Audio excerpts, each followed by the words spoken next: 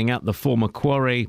Lights were turned off across Britain last night as part of events to mark the 100th anniversary of British entry into the First World War, with services held across the three counties. Earlier, David Cameron joined members of the royal family at a service of reconciliation in Belgium. 100 years ago, young men across this continent packed their kit bag, kissed their sweethearts goodbye, and prepared to go to war. I think of the millions of mothers and fathers who would have stood on their front doorstep, waving their sons off, not knowing if they would ever see them again. Israel and Hamas have agreed to accept an Egyptian proposal for a 3-day ceasefire in Gaza beginning around now. Egypt said it hoped the truce would be followed by talks aimed at securing a permanent ceasefire. Firefighters saved a woman and her dog from a house fire in Welwyn Garden City yesterday evening. Crews were called to Latimer Gardens just before 5:30. Stevenage Borough Council has backtracked on plans to introduce car parking fees close to Stevenage's Lamex Stadium on match days. The council had originally planned to charge fans £5.20 to park at Fairlands Valley. More from Craig Lewis. Stevenage's chief executive, Barry Webber, had reacted angrily to the plans, saying they showed a total disregard for the club's survival and financial struggle. The council had claimed the money from charges was needed to help it overcome financial issues, but it reversed its decision after pressure from supporters and the club. Further consultation will now take place with the club, residents and the Supporters Association. In sport, Milton Keynes Dons lost 2-0 to Premier League Leicester in last night's friendly at Stadium MK. Arsenal striker Benik Afobe made his Dons debut after the 21-year-old joined on a season-long loan. The weather dry and sunny, just the chance of a shower this afternoon, a maximum temperature 25 degrees Celsius. And you can get the latest news and sport online at bbc.co.uk/Three Counties. BBC Three Counties Radio's big tour of beds, hearts and bucks. It's a small town, so you can come here and do all your shopping. And all this week, we're featuring Ampthill and Flitwick. Ampthill is a fantastic Georgian town, which is an absolutely brilliant place to live. It's all about where you live. When I first lived here, I think there was about 5,000 population. I think it's about 45 now. The big tour of beds, hearts and bucks. BBC Three Counties Radio.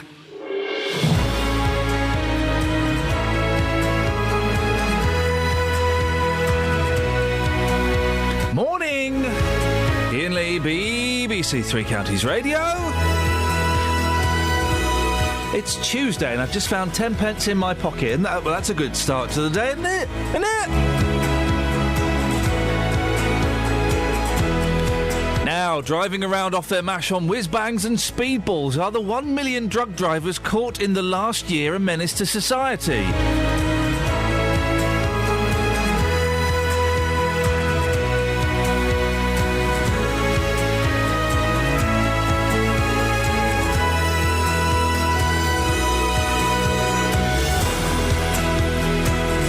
Stevenage Council versus Stevenage Football Club. One local derby no one expected to see. And Ed Balls bashes bumpers but behaves badly by bogging off. 08459 455 555. Across beds, hearts and bucks. This is BBC Three Counties Radio.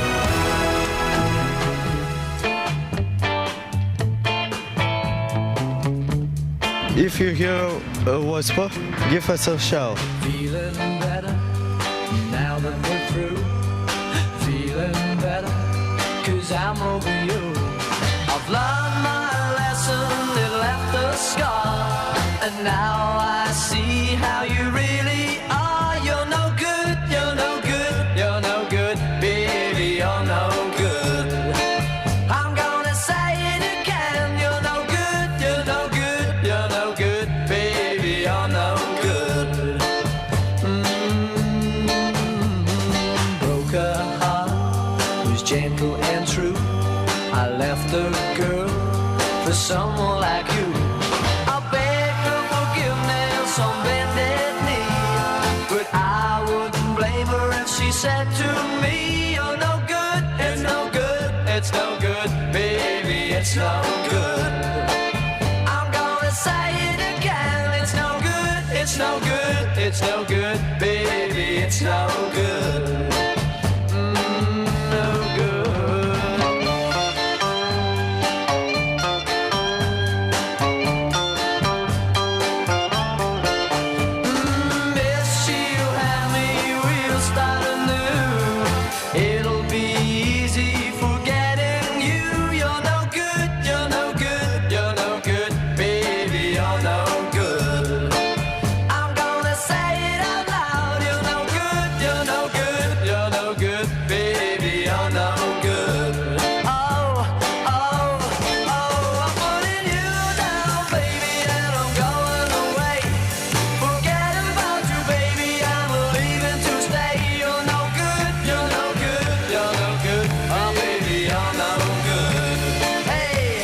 like it when songs are very self-aware and they sing about themselves. That's You're No Good there by the Swinging Blue Jeans. Now, drug driving. Ever done it? Ever had a cheeky fat one or, done something very naughty? We all know about drink driving, but drug driving? Well, 1 million drivers across the UK have admitted to driving while on drugs in the last year. Meanwhile, 5% of the passengers inside a car driven by a drug driver will keep quiet about it, even if their driver was clearly out of control. Well, the study has been carried out by road safety charity Break. Gary Ray is the campaigns manager and joins me now. Morning, Gary. Good morning, Ian. Gary, do these figures surprise you? Well, they do a bit. I mean, the survey that we're publishing today, and you're first out of the blocks with it, Ian. So, yes, we're breaking news. Well, you may be in competition with Good Morning Britain, but... who cares about those losers? Indeed. So the survey that we've produced with Direct Line does show, as you said in your intro, an estimated 1 million who admit to it. The key word there, Ian, they admit to it, so it could be a much wider...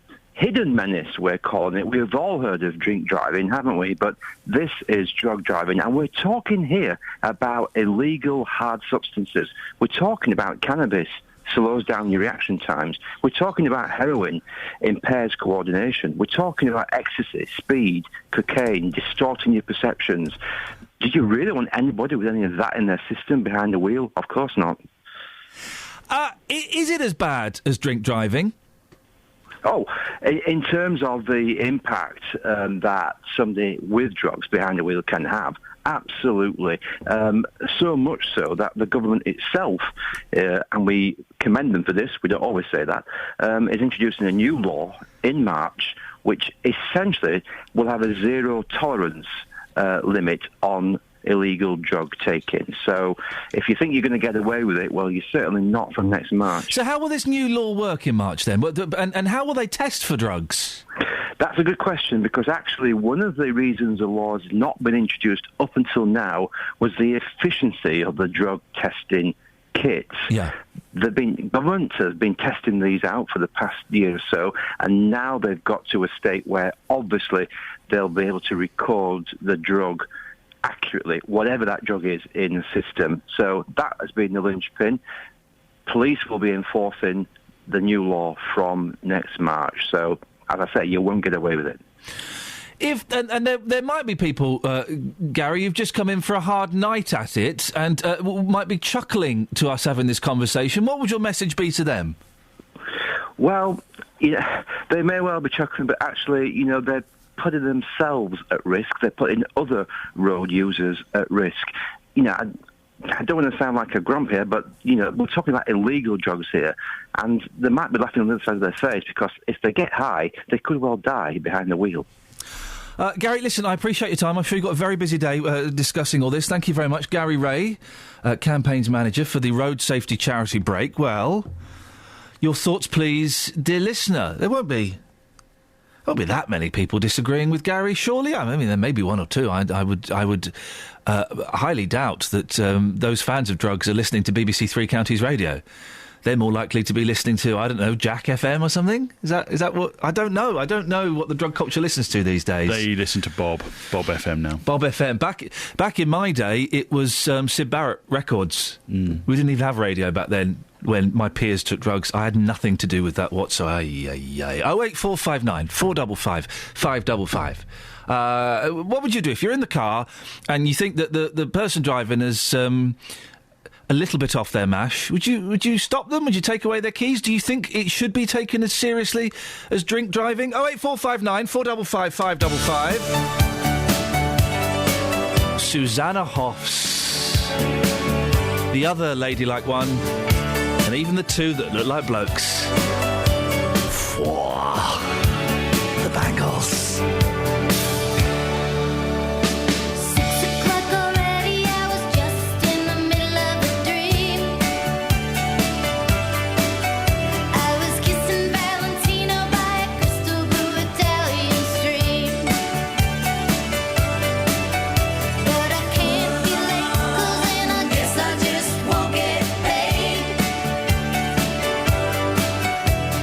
These are the days.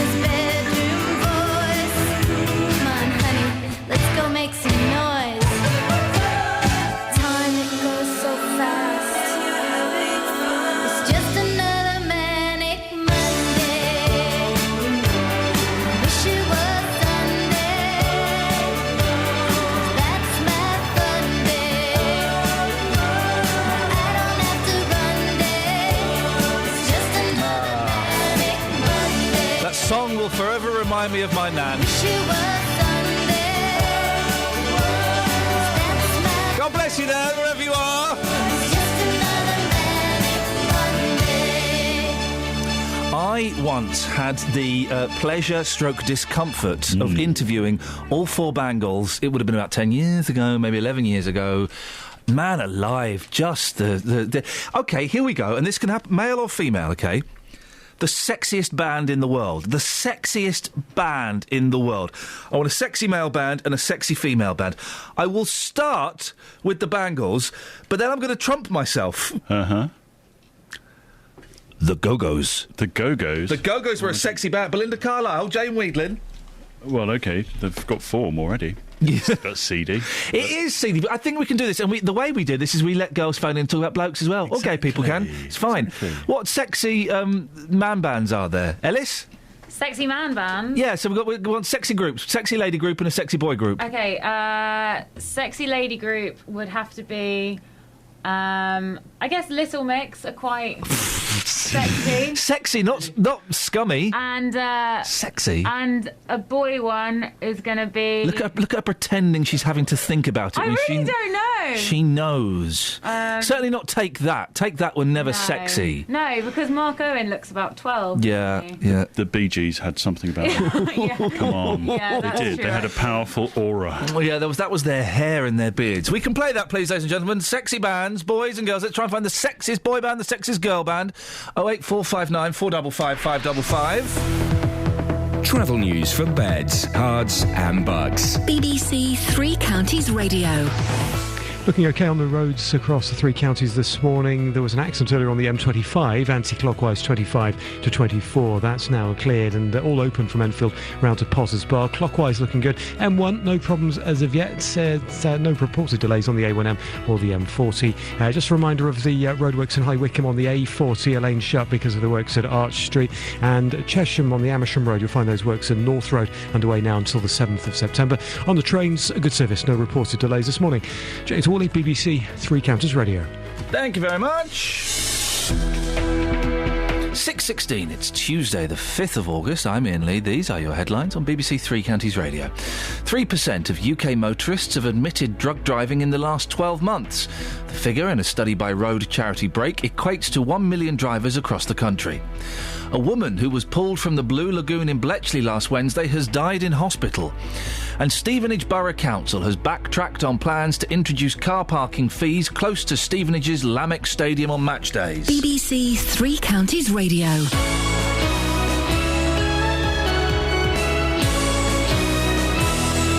See, there's a 72-hour ceasefire in Gaza. I wonder if it'll last the length of this show today. Let's see, shall we? Every weekday morning. My show's called The JVS Show, 9 o'clock in the morning on BBC Three Counties Radio. Jonathan Vernon Smith. I deal with the consumer problems that affect people all over Beds, Herts and Bucks. And I said, well, I didn't come all this way to be looking at a broken-down hotel. Those companies, those councils, those organisations that are letting people down. This guy turned around and said to me that they're not prepared to pay me, and I said, so you're forcing me to take action. And he said, good luck, and put the phone down on me. I get my teeth into them. Oh, Jonathan, I'll start crying soon. We don't know what to do. Deal with them and hopefully get results for you, the consumers. And it got so convoluted, I thought there's only one person who can sort this out. The JVS Show on BBC Three Counties Radio. If you hear a whisper, give us a shout. Yeah. Iain Lee, it's Coolio.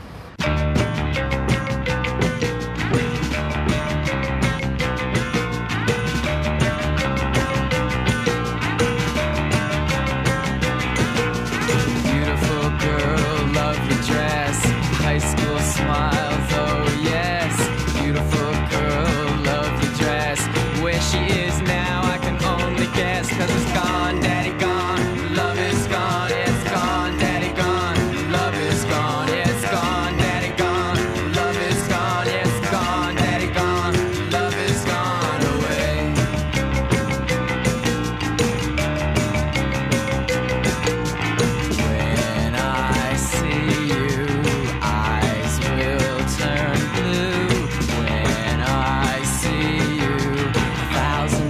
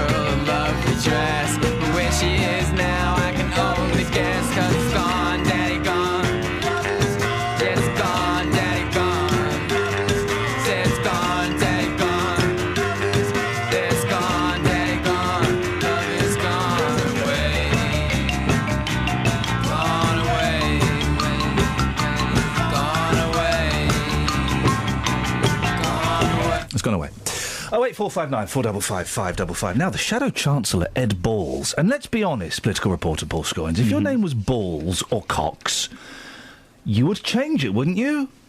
I mean, if you put a question mark at the end of Courtney Cox's name, Courtney Cox, it just, you would think that with... I changed my surname, not because it was an innuendo, just because no one could spell it or say it. Lee is not my real surname. It is now. It wasn't the surname I was given at birth.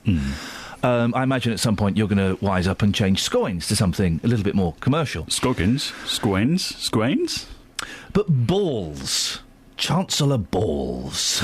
I beg your pardon? That's my name. Shadow Chancellor Balls could be banned from driving today for failing to stop after bumping another car.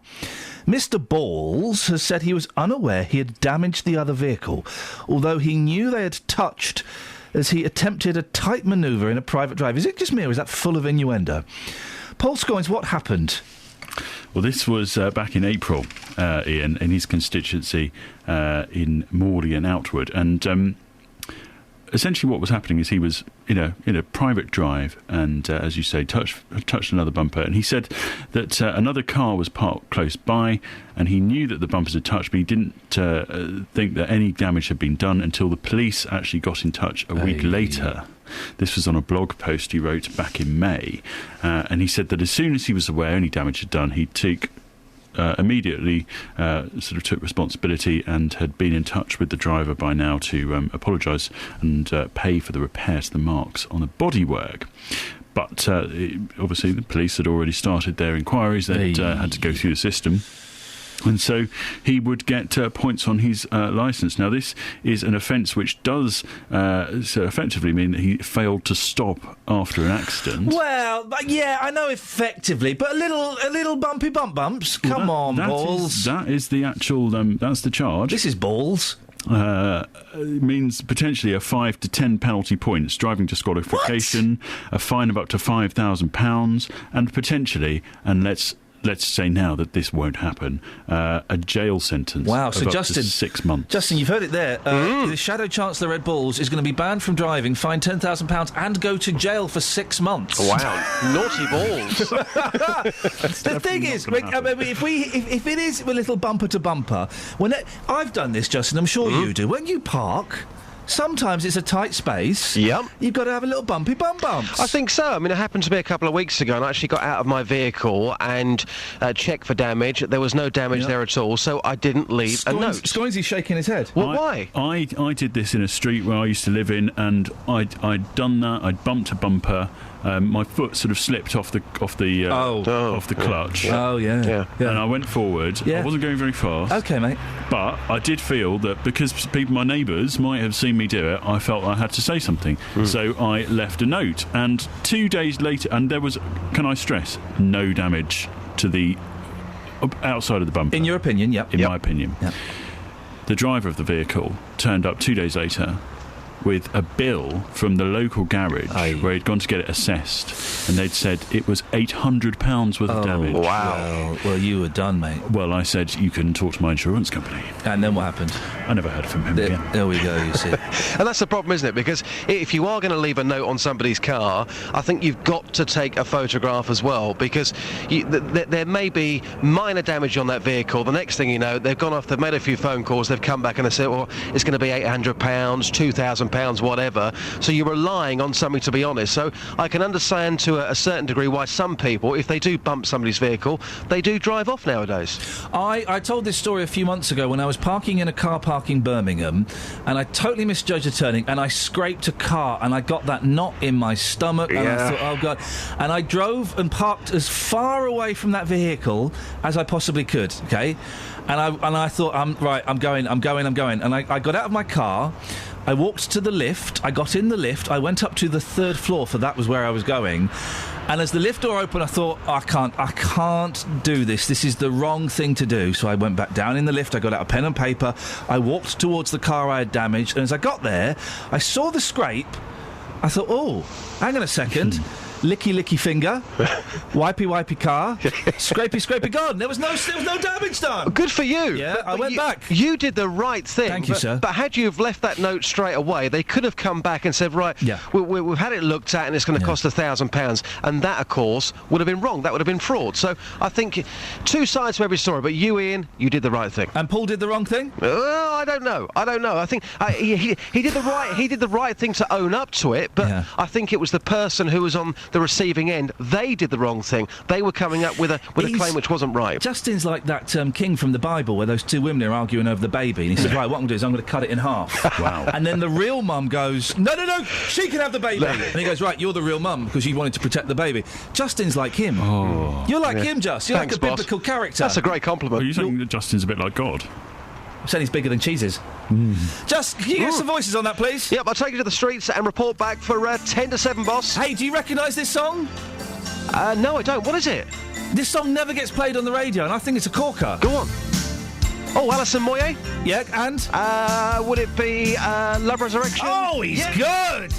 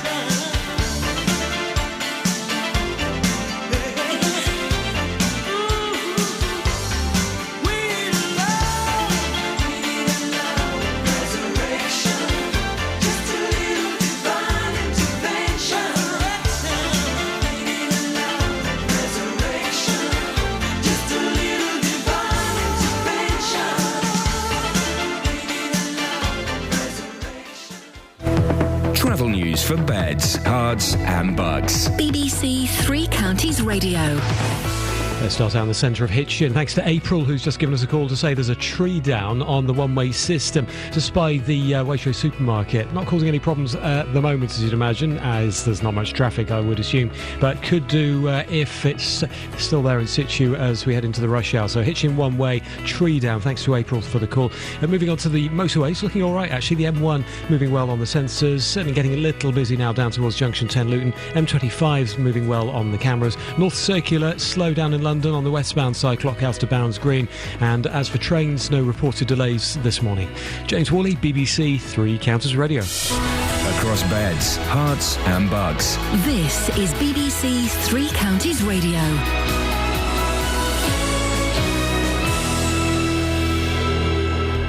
It's 6:30, I'm Simon Oxley. 3% of UK motorists have admitted drug driving in the last 12 months. The figure in a study by road charity Break equates to 1 million drivers across the country.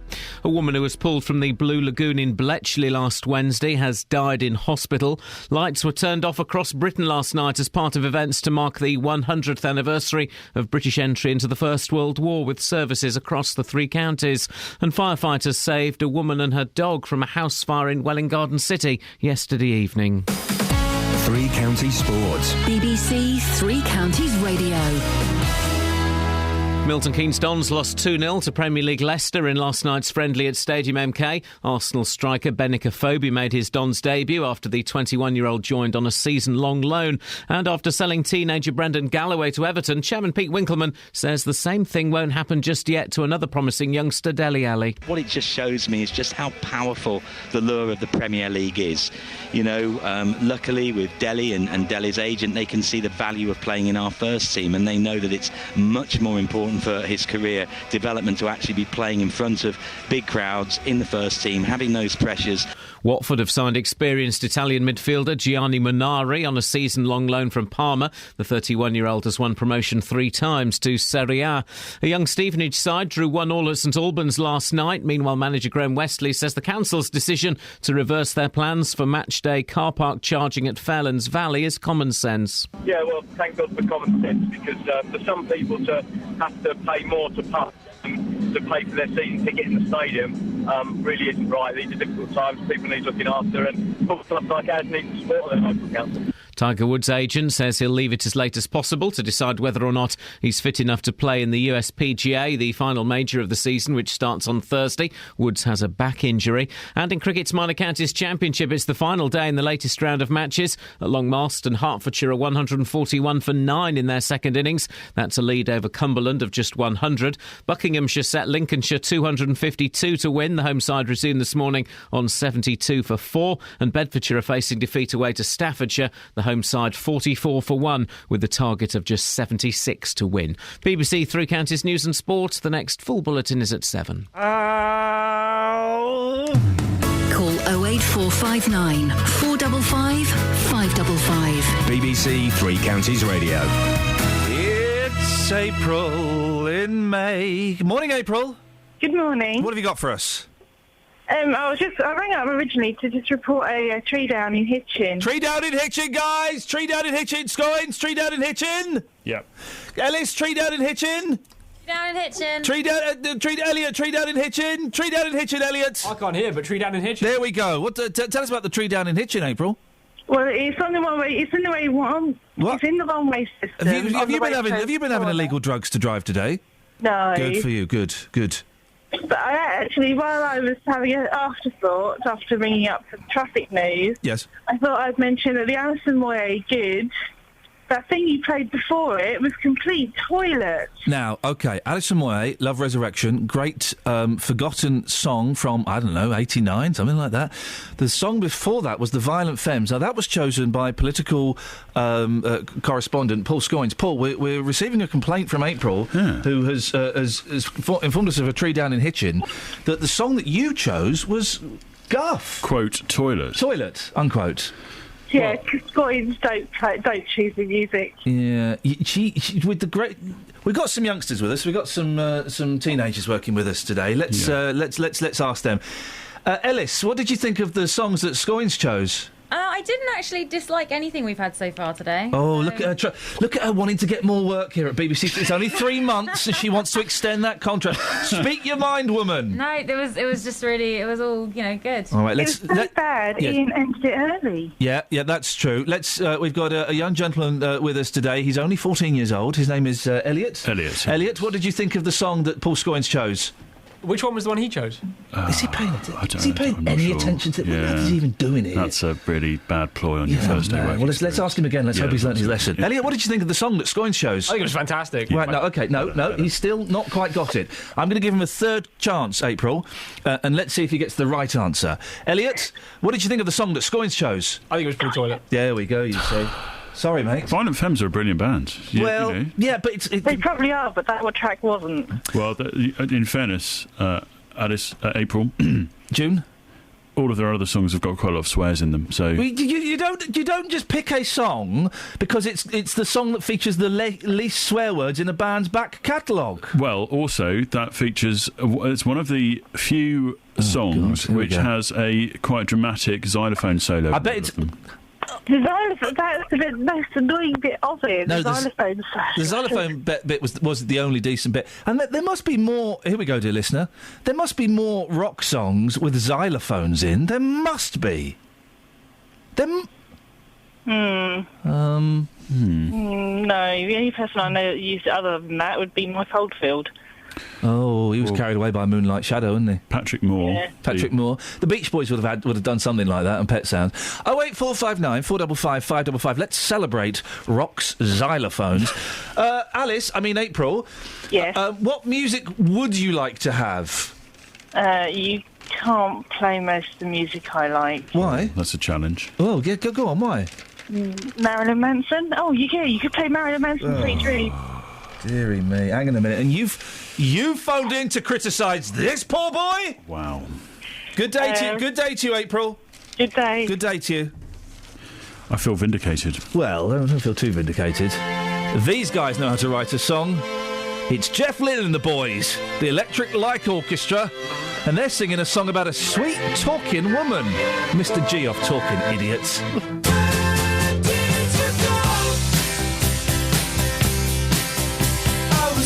Searching on a one-way street, I was hoping for a chance to meet. I was waiting for the operator on the line.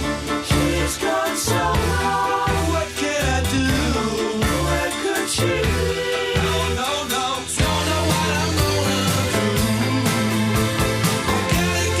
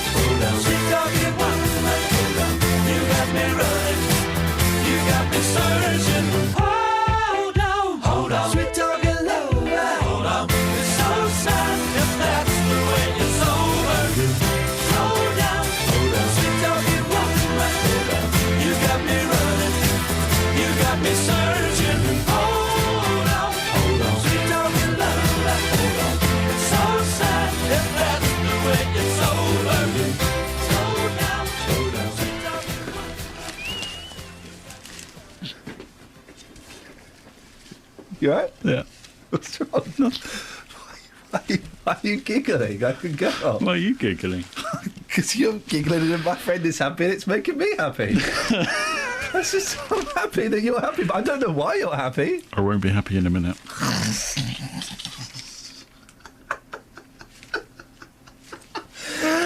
Scott says, Death Club by my old band, The Loose Salute, had a xylophone.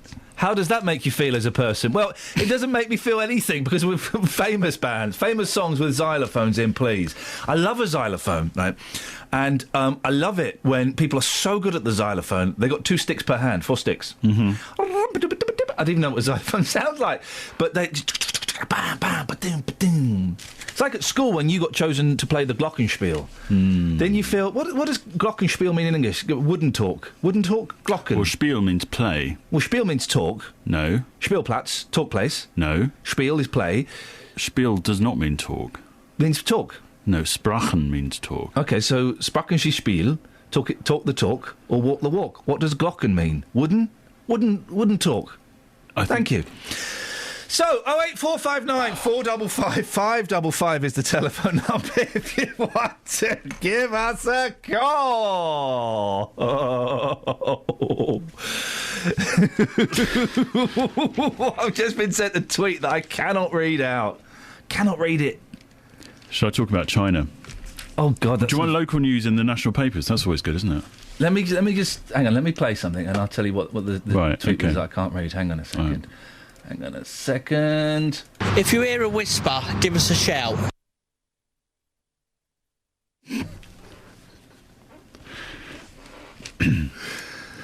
Probably shouldn't do that. You shouldn't do that. That's crazy. China. What fun story have the Chinese given us today, Scoins? Come on. What laughs are we going to get from China today? I suspect they'll be very, very thin on the ground. Page 3 of today's Times, the headline, China sets sights on a mission to mine the moon. Hey. They're going to mine helium. About time. Locked in dust particles. And the Times here says that it could fuel the world for thousands of years. And next... It will fuel the world in helium. It's not going to fuel the world. It will fuel balloons and idiots. No, there's new technology that's going to mean that helium is a power source. The thing about the moon, okay, and this is about time we did this. The moon is so smug, isn't it? It's just so smug and arrogant. Of all the satellite stars, whatever it is. I'm going to call it a baby planet. Of all the baby planets, the moon is the smuggest of the lot. It just sits there, changing shape, changing size. Is there a man living in there? We'll never know. That's a mystery. We'll never. Is it made out of cheese? Well, until someone lands there, we will never ever know. Whoa, hang on. Until someone lands there. Correct. We will never know whether the moon is inhabited or if anyone lives there or anything like that. They mean the same thing. Okay, you're not Elliot Gould. It has happened. All right, mate, calm down. We haven't even built a spaceship yet. What? Are you nuts?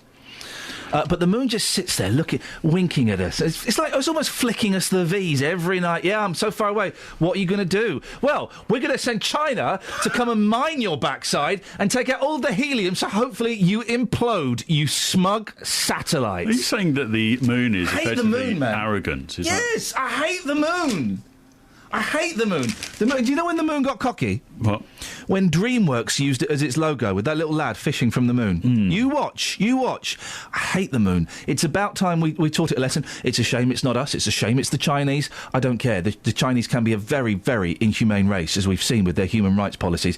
Let's hope they go straight to the moon and do to the moon what they've done to democracy. Wow. 08459 455 555. Travel news for beds, cards and bugs. BBC Three Counties Radio. Well, we've had reports of a tree down in the Hitchin one-way system. It's just near to the health centre on the Bedford Road. Thanks to April for the call earlier. No delays being flagged up on the sensors at the moment, so no official word on that yet from the authorities. As for the M25, anti-clockwise already building up at junction 21, passing the M1. M1 itself heavy on the cameras down to 8, approaching the Hemel turn-off. And First Capital Connect just getting word of delays into London Bridge Station in the capital, all because of signalling problems. James Hawley, BBC Three Counties Radio. Thank you very much.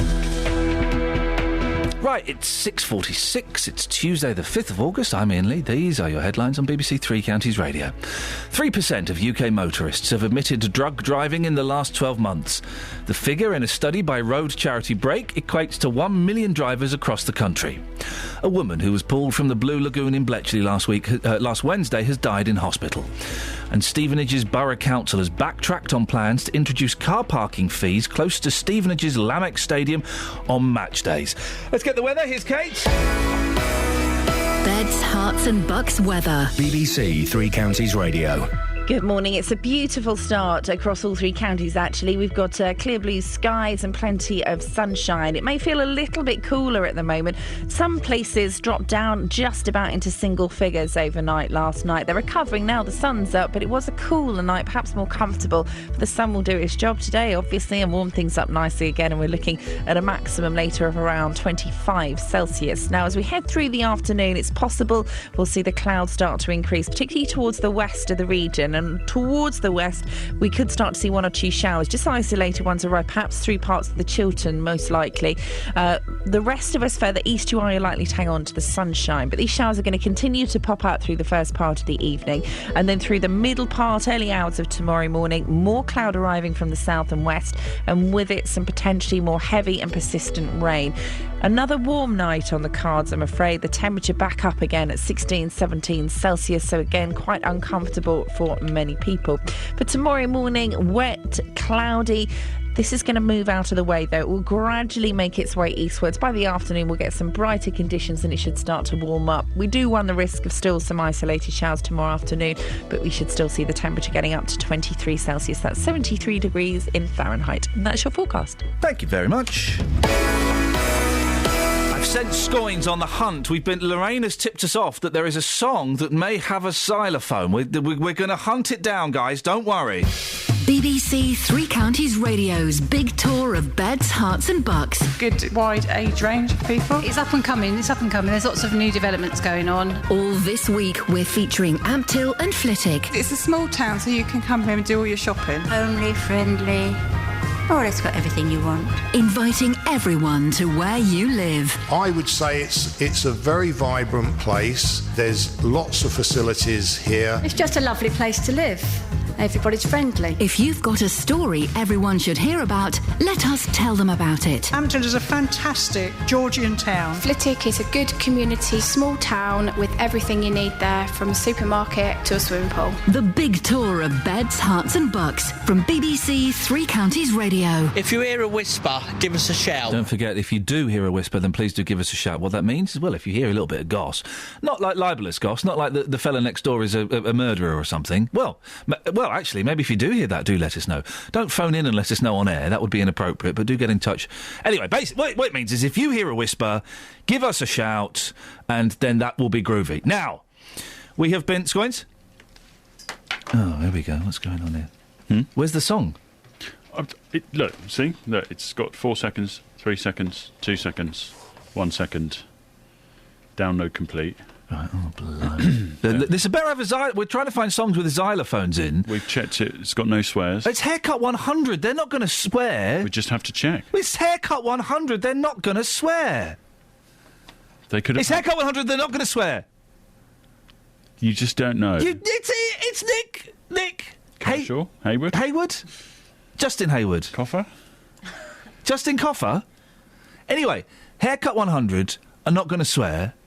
Do you know this song, Scoins? I don't know it. Ellis, you won't know this one. You're about 15 these days, aren't you? These days, yeah. Yeah, these days. This is okay, guys. This is what Haircut 100 are the 1980s equivalent of Coldplay. Wow. Intelligent, thoughtful, dour pop. Dour or doer? I'm looking at the lyrics. There's a lot of A's going on. And A. Yeah, exactly. Is that what it sounds like? They are the 80s equivalent of Coldplay. Intelligent, thoughtful, powerful rock. And you've got the lyrics there, Alice. Why don't you try and sing it? Let's. I guess. You imagine what it will sound like, and then we'll hear it with that description in mind I've just given you. Okay. I'm guessing it's quite slow in that case. Okay. Quite meaningful. Yep. Probably a lot of closed eyes going on when they perform it live. Oh, yes. So I guess it would start with I went off to the right. They would have used a tune. They might have done, but I think because it's so meaningful, they probably would have, left Okay. it to the core lyrics. Should we try it? Yeah. Here we go.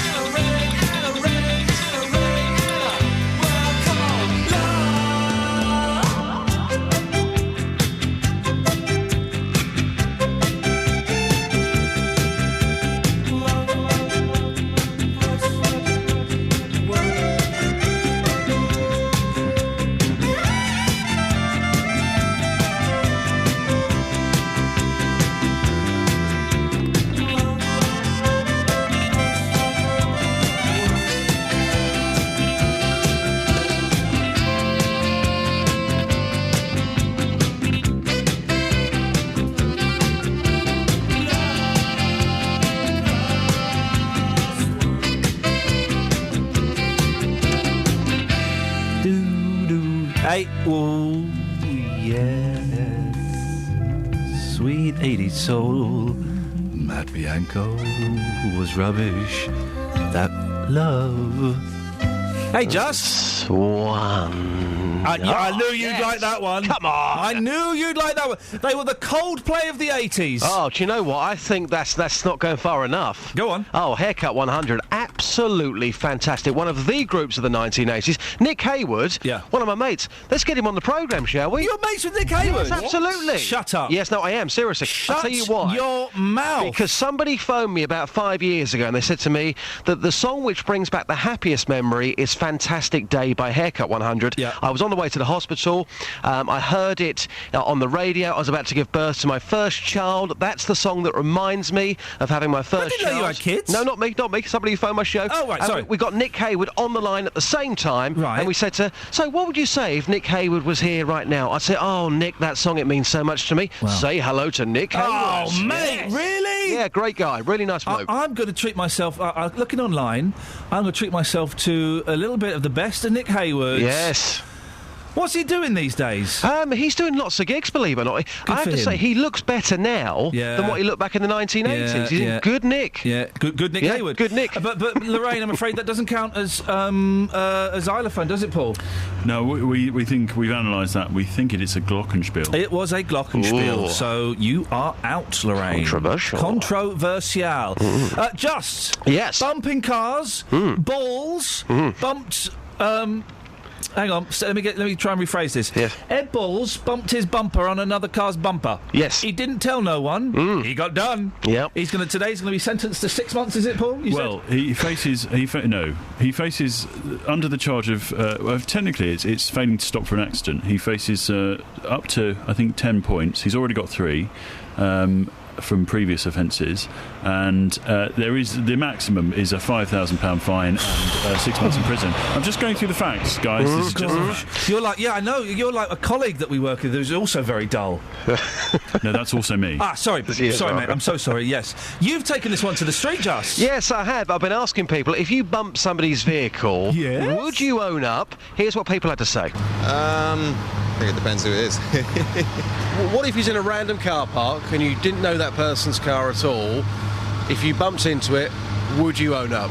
If it were convenient to do so, yeah. If, say, they were around, I think I would. But say if it's a random car, I probably wouldn't find the owner. I wouldn't probably waste my time. Probably not. Would you feel guilty? A little, yeah. Depends. I mean, I'd have a look at it and see if there's any actual physical damage to the vehicle, and if there was, I'd do something about it. If there wasn't, I wouldn't. Yes, I would, of course. You say of course. People I'm talking to saying, nah, maybe not. Well, I think there should be a little bit more honesty in this world. Funny enough, somebody hit my wife's car in Tesco's car park in Bedford. They actually left a note and said, look, very sorry, blah, blah, blah, blah. My wife got in contact with them. There wasn't a lot of damage. But, that's being honest. I don't think it doesn't cost anything, does it? You should always be honest, then. Exactly. If you bump somebody's car ever so slightly in a car park or down the road, just be honest. Would you own up? No. Tell me why you wouldn't own up. Well, that depends how much damage was done, really. Depends how much damage was done to the car. If there was nothing there, I wouldn't say anything. Because a lot of people saying to me, it's not worth the hassle these days. No, exactly. Yeah. That's right, mate. So it'd have to be a huge, huge dent for you to put a note on the vehicle, otherwise you wouldn't bother. Yeah. And you wouldn't feel guilty for not leaving a note? Yeah, I feel guilty, but it's happened to me loads of times. Nudging a bumper, I don't know, there's no damage, Listen, we've all to get into a tight space. Yeah. We've all pushed the car either in front or behind us a few inches, haven't we? I think we have, but I think I've got something bigger here for you. Oh, dear. So somebody's turned up randomly in Luton and they're playing an instrument. Madam, can you just give us a quick blast of that instrument? Would you be okay to do that for us? Can you give us a quick 10 seconds? Could you play it for me? Can you play your instrument? No. I'll tell you what, Ian, come back to me in about 10 minutes' time. Somebody has randomly turned up on the street next to me and they started playing an instrument. You've got to love live music in Luton. Thank you very much. Maybe we'll get them on BBC Introducing. Travel news for beds, cards and bugs. BBC Three Counties Radio. Well, the anti-clockwise M25 really slow now, 21 to 20 towards Kings Langley, and then it's slow 17 down to 16 approaching the M40. Usual congestion there. A1 slow moving into London to Mill Hill Circus. Had reports earlier of a tree down in Hitchin on the one-way system just by the health centre. And First Capital Connect trains disruption still down into London Bridge because of signalling problems earlier. James Woolley, BBC Three Counties Radio. Thank you very much, James. Excellent stuff as always. So, you nudge someone's car, you bump into someone's car, maybe even scrape it a little bit. Would you leave a note? Be honest. You'd be very, very tempted to do a runner, wouldn't you? Of course you would. Local and vocal across beds, hearts and bucks. This is BBC Three Counties Radio.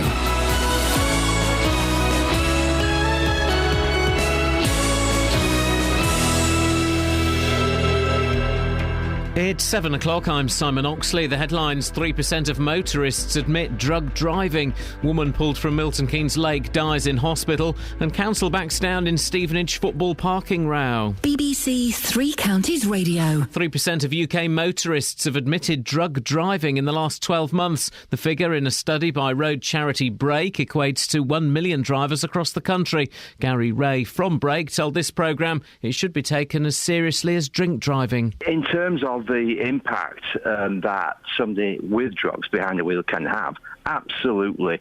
So much so that the government itself, and we commend them for this, we don't always say that, is introducing a new law in March which essentially will have a zero tolerance limit on illegal drug taking. A woman who was pulled from the Blue Lagoon in Bletchley last Wednesday has died in hospital. The name of the woman in her 20s has not yet been released by police. The inquiry has been passed to the coroner. The incident prompted warnings from the council and the emergency services about swimming at the former quarry.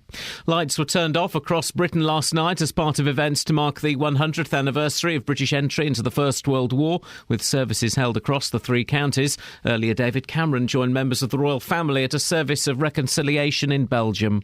100 years ago, young men across this continent packed their kit bag, kissed their sweethearts goodbye, and prepared to go to war. I think of the millions of mothers and fathers who would have stood on their front doorstep, waving their sons off, not knowing if they would ever see them again. A 3-day ceasefire between Israel and the Palestinian group Hamas has come into force. The Israeli army says it will withdraw all its ground forces from Gaza. Egypt, which negotiated the truce, say they hope it will be followed by talks aimed at securing a permanent end to hostilities. Firefighters saved a woman and her dog from a house fire in Welwyn Garden City yesterday evening. Crews were called to Latimer Gardens just before 5:30.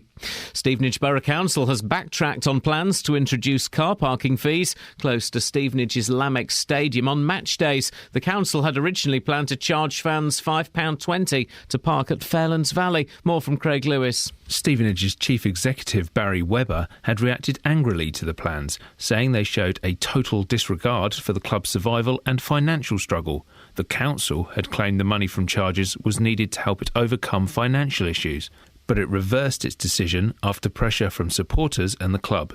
Further consultation will now take place with the club, residents and the Supporters Association. In sport, Milton Keynes Dons lost 2-0 to Premier League Leicester in last night's friendly at Stadium MK. Arsenal striker Benik Afobe made his Dons debut after the 21-year-old joined on a season-long loan.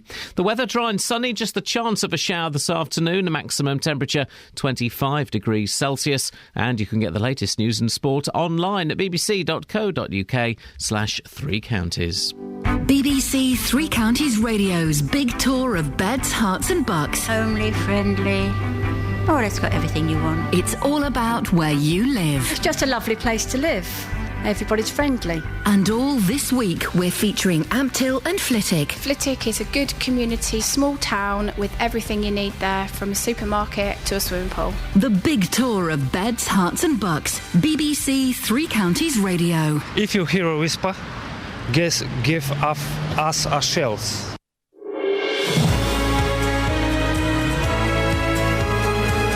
Yes, if you hear a whisper, give us a shout.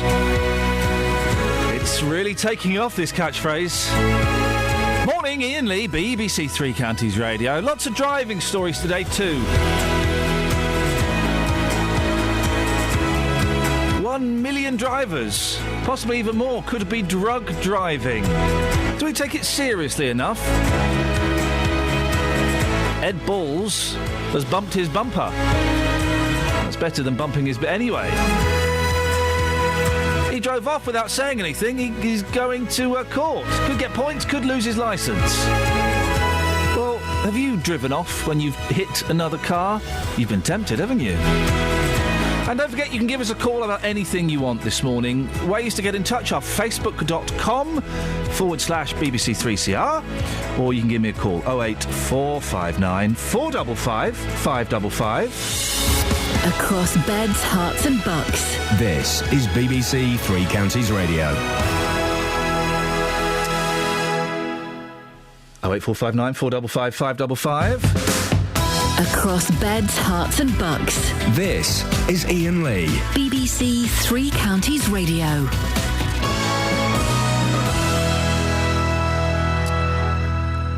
Well, you Facebook, and some comments coming in on Facebook already. Facebook.com/BBC3CR. Most people saying, of course, that yes, you should report it.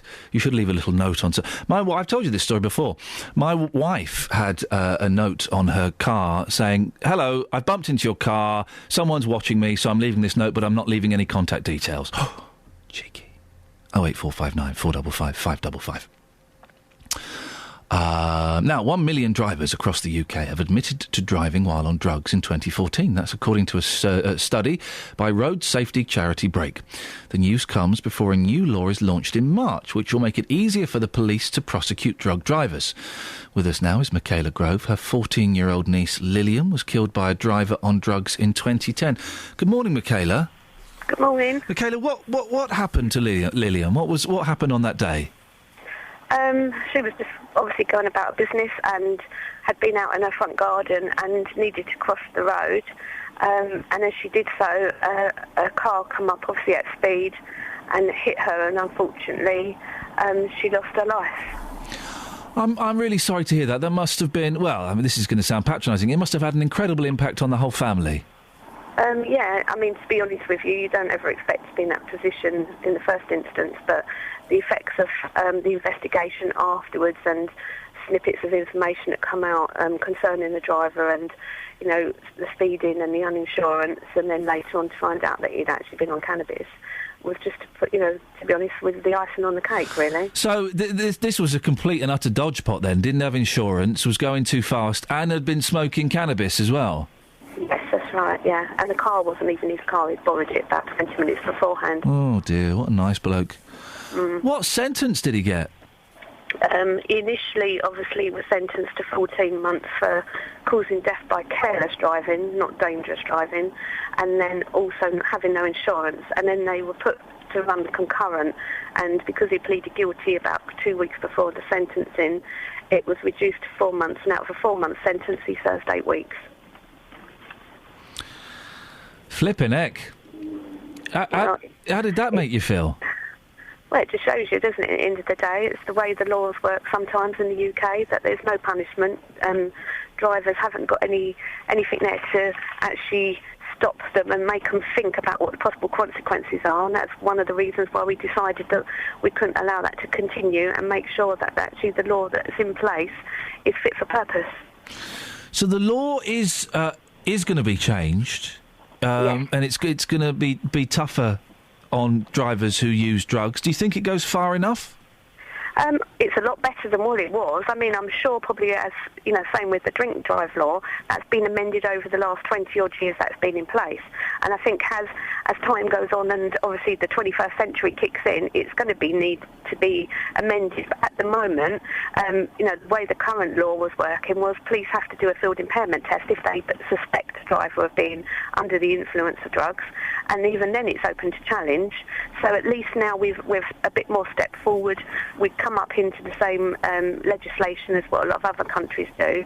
And hopefully most of the drivers now will, it's going to take a bit of time for them to actually realise it's going to be that enforced. But, I mean, there's an automatic, fine and a ban for even just being stopped and tested and being found guilty, let alone cause someone's death. It is a cultural thing, isn't it? Because 40 years ago, drink driving was kind of seen as, it's not that bad, and I think we're now at the stage where most people realise that drink driving is actually is awful. I mean, there are still a few people who think it's okay, but it's awful.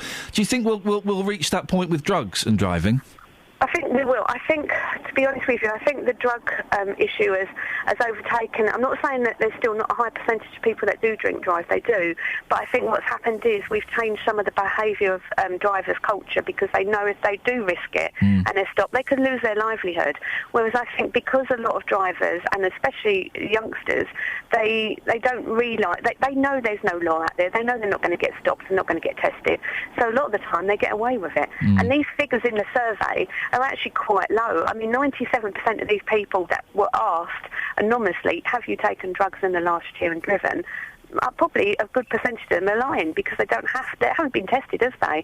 They've just been asked as a random survey. But the survey is an indication of where it's going. So, anything like this is good because it highlights the fact actually how important it is. Michaela, I really appreciate you sharing yours and Lillian's story this morning. Thank you. Okay, thanks so much. Thanks a lot. There we go. He got a few weeks. He got a few weeks for that. That's incredible, isn't it? There's a slap in the face if ever there was one. Across beds, hearts and bucks. This is Iain Lee. BBC Three Counties Radio.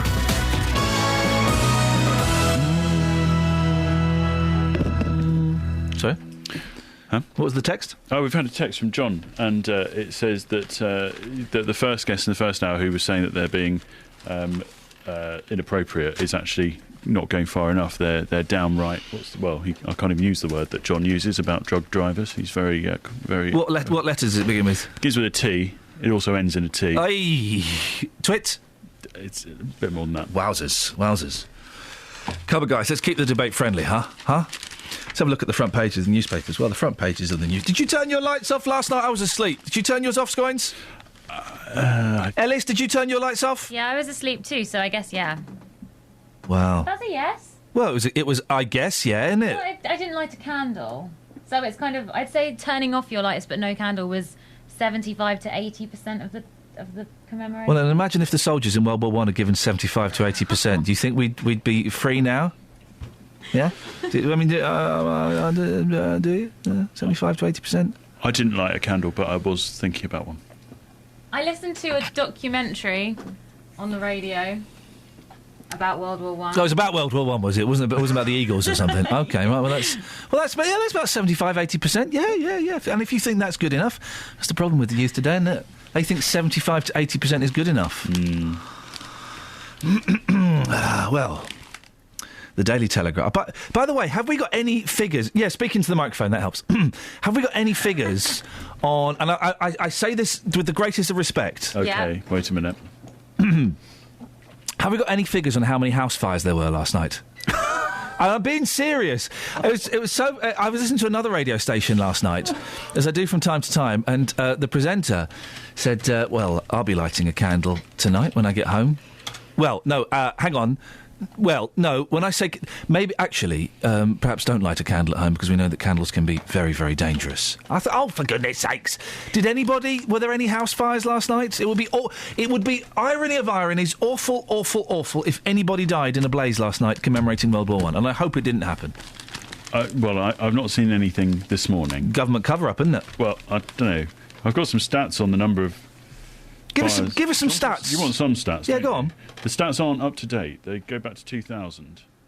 And why is he giving us stats from 2000? I mean, seriously. Front page of the Telegraph. As the lights go out, their memory burns... Actually, 10 people died.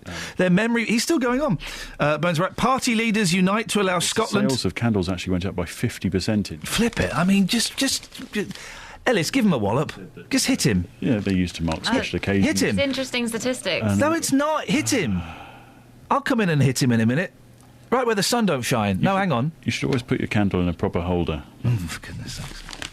Party leaders unite to allow Scotland to set its own tax, says the Daily Telegraph. Scotland aren't going to go independent. Let's put the money on the table now. They won't. Yeesh. I don't know if we should be talking about that. What, Scotland? Oh, it's because there is an election coming up, is there? Well... What's the election for? As long as you then immediately reverse your position. I think Scotland will become independent. Thank you. I'm not... I am expressing an opinion as much as I don't think it's going to happen, but maybe it will. Has that covered us? That's pretty much covered us. As if what I say is going to sway Scotland. OK, the wee laddie says we're not going to go independent. Let's teach him a lesson. They won't forget. I was hearing that the debate in Scotland about whether or not to go independent was kicked off by one Scottish author wrote a piece where he basically slagged off all of the English sort of people who'd moved to Scotland. What? They diluted the country. I'll go and dilute his face with my fist in a minute. I used to live in Edinburgh. Happy times.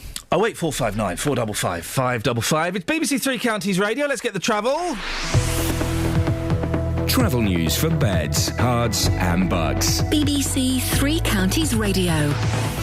Thanks, Iain. Well, the motorways are getting very busy, including the M25. Anti-clockwise is slow, 21 down to 16 now. That's, of course, the M1 down to the M40. The M1 itself isn't too bad at all. It's certainly busy, but no delays, significant delays on the southbound side passing Luton. Into Hitchin, we had reports earlier of a tree that came down on the Bedford Road in the one-way system by the health centre. And if you're heading on the A1 into London, that's, as usual, slow-moving approaching Mill Hill Circus. The North Circular, very busy in London, especially westbound between Staples Corner and Brentfield Road. First Capital Connect, back to a good service now through London Bridge. James Worley, BBC Three Counters Radio. Thank you, James. 7:16 or thereabouts, Tuesday the 5th of August. I'm Iain Lee. These are your headlines on BBC Three Counties Radio. 3% of UK motorists have admitted drug driving in the last 12 months. The figure, in a study by road charity Break, equates to 1 million drivers across the country. A woman who was pulled from the Blue Lagoon in Bletchley last Wednesday has died in hospital. And Stevenage Borough Council has backtracked on plans to introduce car parking fees close to the town's football stadium on match days. BBC Three Counties Radio.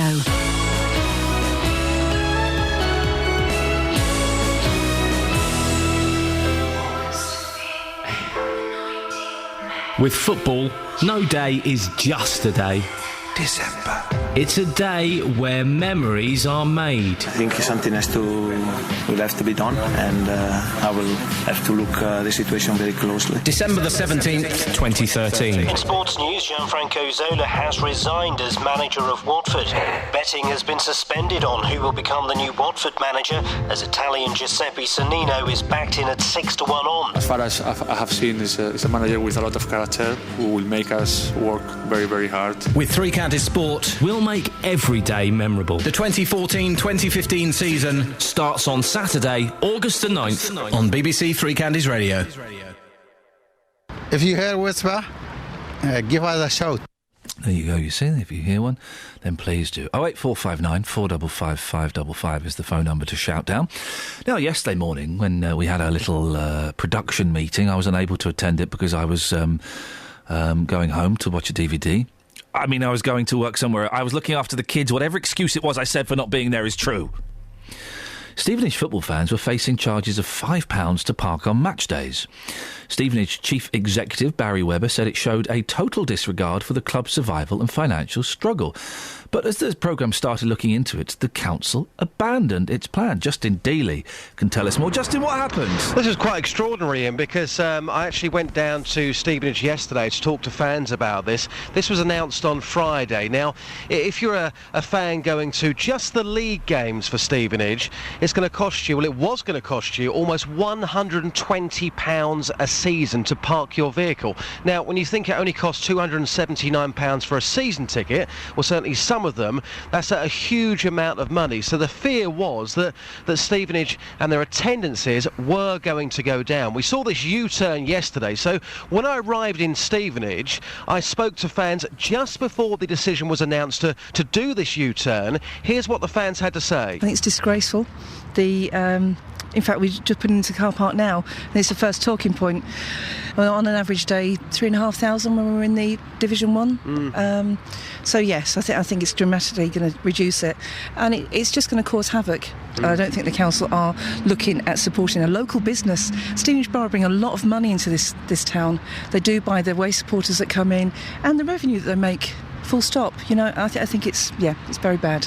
Well, if they got a shortfall, they should make all the car parks in Stevenage £5.20. They know they wouldn't get away with it, so they've just picked on one company, which is wrong. It's indiscriminate.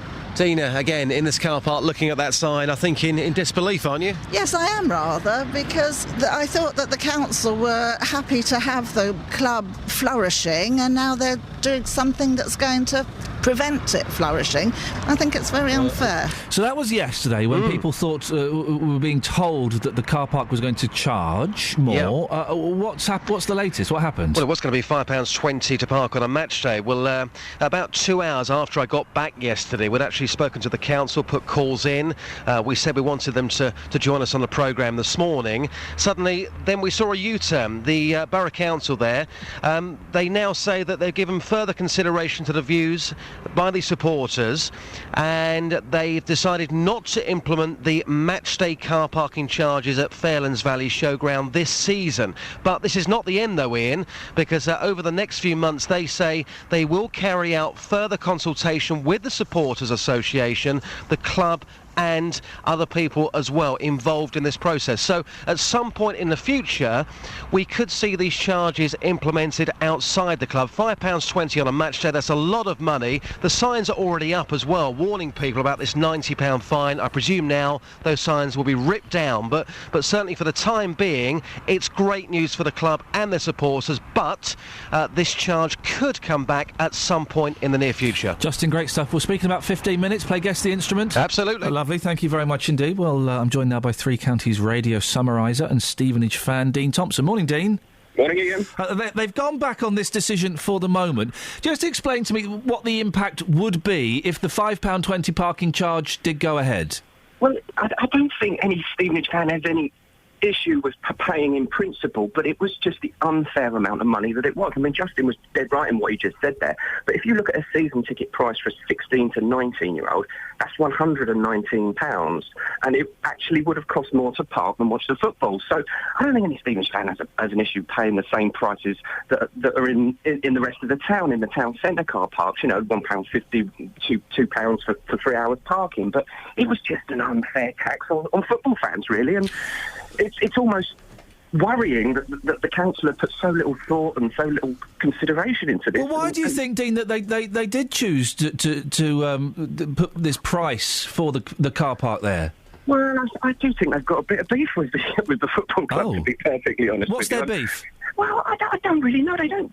The ground is owned by the council, and of course, so the club has to pay a rent to them. I'm not sure if I think the council wanted to put that price up, and you know the revenues that come into the club sort of negotiated to say, well, actually we can't do that because the fans aren't coming in. We need your help to bolster the fans. And to be perfectly honest, it's Barry Webber's arrived at the club in the middle of last season. He's done a brilliant job in attracting new fans, young fans. And as you walk around Stevenage now, you don't see quite so many Arsenal and Spurs shirts. You see quite a lot of youngsters in their Stevenage shirts. And you know, Barry's put on a shuttle bus to pick people up from around the villages and around from Ware and Hertford and shuttle them into Stevenage. And, you know, there's all sorts of things that the club are doing to increase the fan base, and he's doing a very good job about it. I mean, the season ticket price is there, as I say. That's cost you £5.17 to watch a game of football if you're 16 to 19, and that's just a brilliant initiative from them. The council's statement says that there will be further consultation. This has gone for now, but not indefinitely. Are fans worried about the future?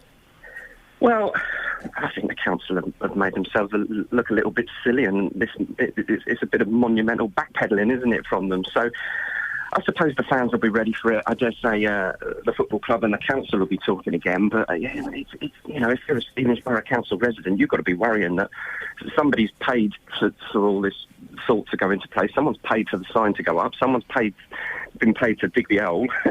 And it just doesn't seem very well thought out. So hopefully the council will go back to the drawing board and put in a reasonable charge of a couple of quid if that's what they need to do. And if not, give the car park to 23 charities over the course of the season. Let a bloke stand on the gate with a bucket, and the football fans, I'm sure, would love to give to the local scout group, the local brownie pack, and that kind of thing. So a bit of good PR. I mean, I've never seen Stevenage fans so incensed in all my time of following them over this. And unfortunately, Sharon Taylor seemed to be away on her holidays on Friday and Saturday, and she was getting a lot of messages on Twitter. Some fairly abusive. And everybody was getting the same response. It was just a statement replying to people, and it just made them look a little bit silly, in my opinion. And I think the football club have come out of this looking the better party. Dean, listen, I appreciate your time this morning. Dean Thompson, Three Counties radio summariser and Stevenage fan. Your thoughts, please. 08459 455. On FM, AM, online and digital radio. This is Iain Lee. On BBC Three Counties Radio.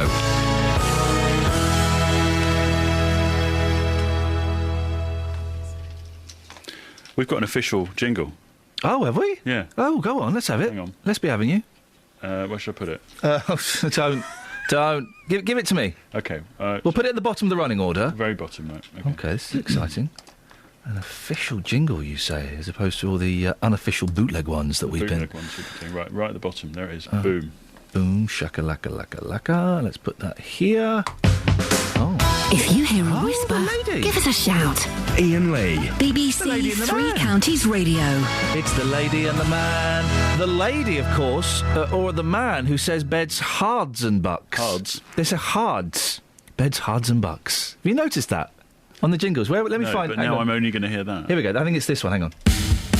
On FM, AM, online and digital radio. This is Iain Lee. On BBC Three Counties Radio. Across beds, hearts and bucks.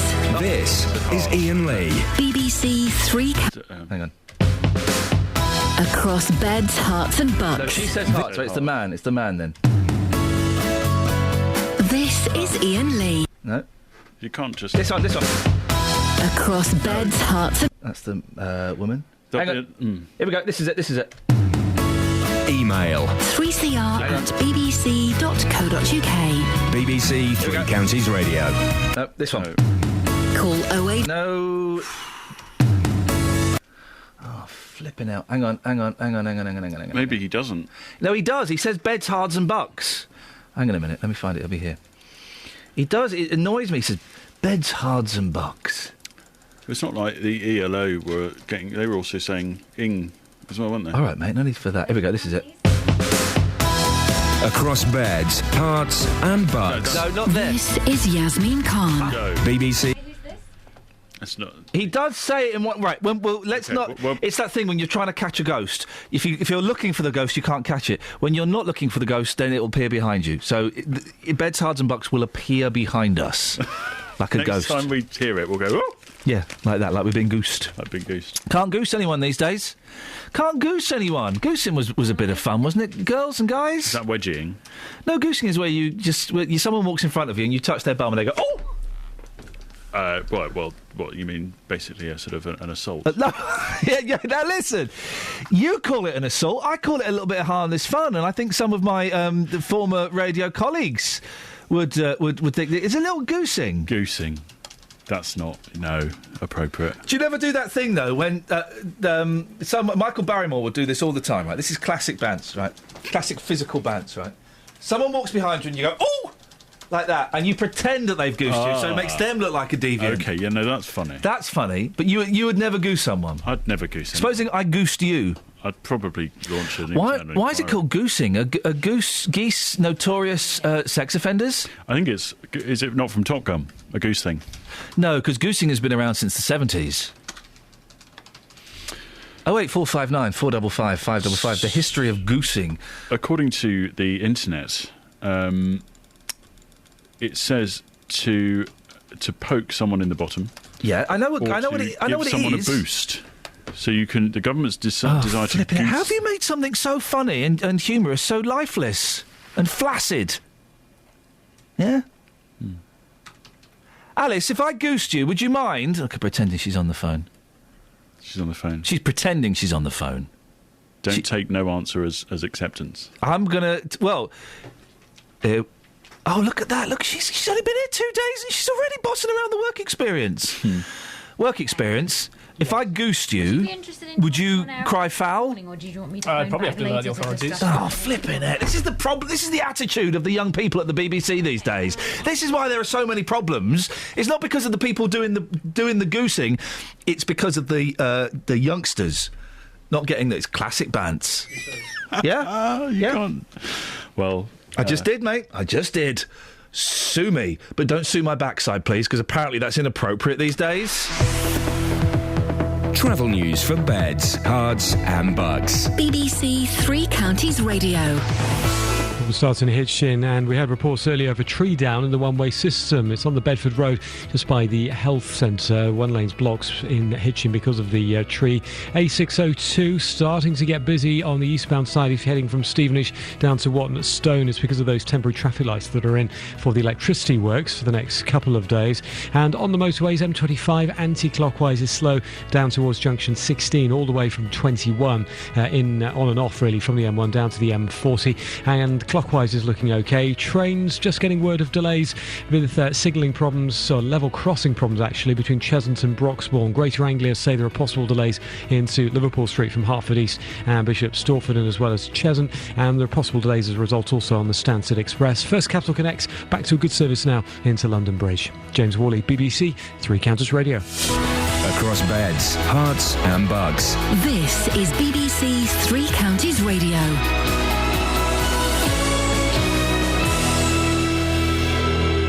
It's 7:30, I'm Simon Oxley. 3% of UK motorists have admitted drug driving in the last 12 months. The figure in a study by road charity Break equates to 1 million drivers across the country. A woman who was pulled from the Blue Lagoon in Bletchley last Wednesday has died in hospital. Lights were turned off across Britain last night as part of events to mark the 100th anniversary of British entry into the First World War, with services across the three counties. And Stevenage Borough Council has backtracked on plans to introduce car parking fees close to the town's football stadium on match days. Three Counties Sports. BBC Three Counties Radio. Milton Keynes Dons lost 2-0 to Premier League Leicester in last night's friendly at Stadium MK. Arsenal striker Benik Afobe made his Dons debut after the 21-year-old joined on a season-long loan. And after selling teenager Brendan Galloway to Everton, Chairman Pete Winkleman says the same thing won't happen just yet to another promising youngster, Dele Alli. What it just shows me is just how powerful the lure of the Premier League is.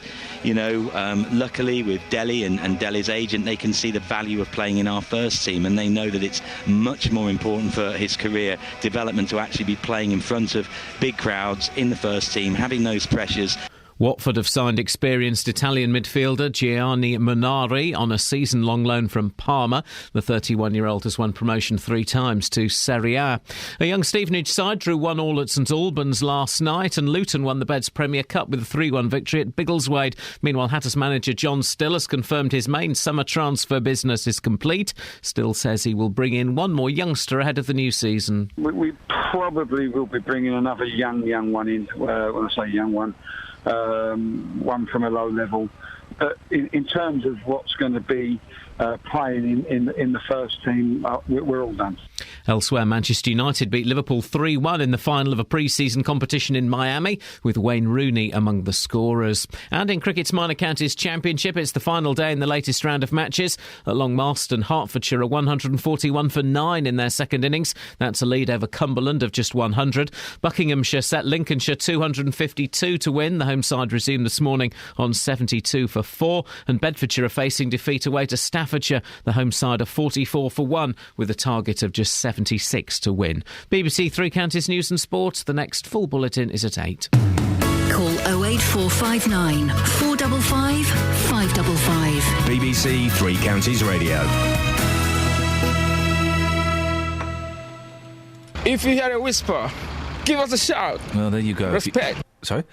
If you hear a whisper, give us a shout. That's the catchphrase, and I believe someone has heard a whisper and will be giving us a shout in the next few minutes or so, which is very exciting, isn't it, Justin? Yeah, very, very exciting. Really the catchphrase is taking off, boss. It really is, isn't it? It's becoming something very special and very personal to this show. Absolutely. And you were against it to start with. I was, but you know what? In actual fact, that's why I'm here right now, because I've actually heard a whisper this morning. Oh, you're going to give us a shout? Beautiful. Yeah, absolutely. What have you heard? Well, today at about 10 to 7, I was doing a feature on Ed Balls and whether you've ever bumped a vehicle, and suddenly out of nowhere a lady stands next to me and starts playing an instrument. I believe that she's Chinese. She cannot speak a word of English. Perfect. Yeah, absolutely. And she just started playing this instrument. So I thought today we'll play Guess the Instrument. Oh, beautiful. Does that sound good? That sounds great. And I believe, is it right, Justin? We're giving away £1,000 and a car this morning. Absolutely. Beautiful. This is what this sounded like.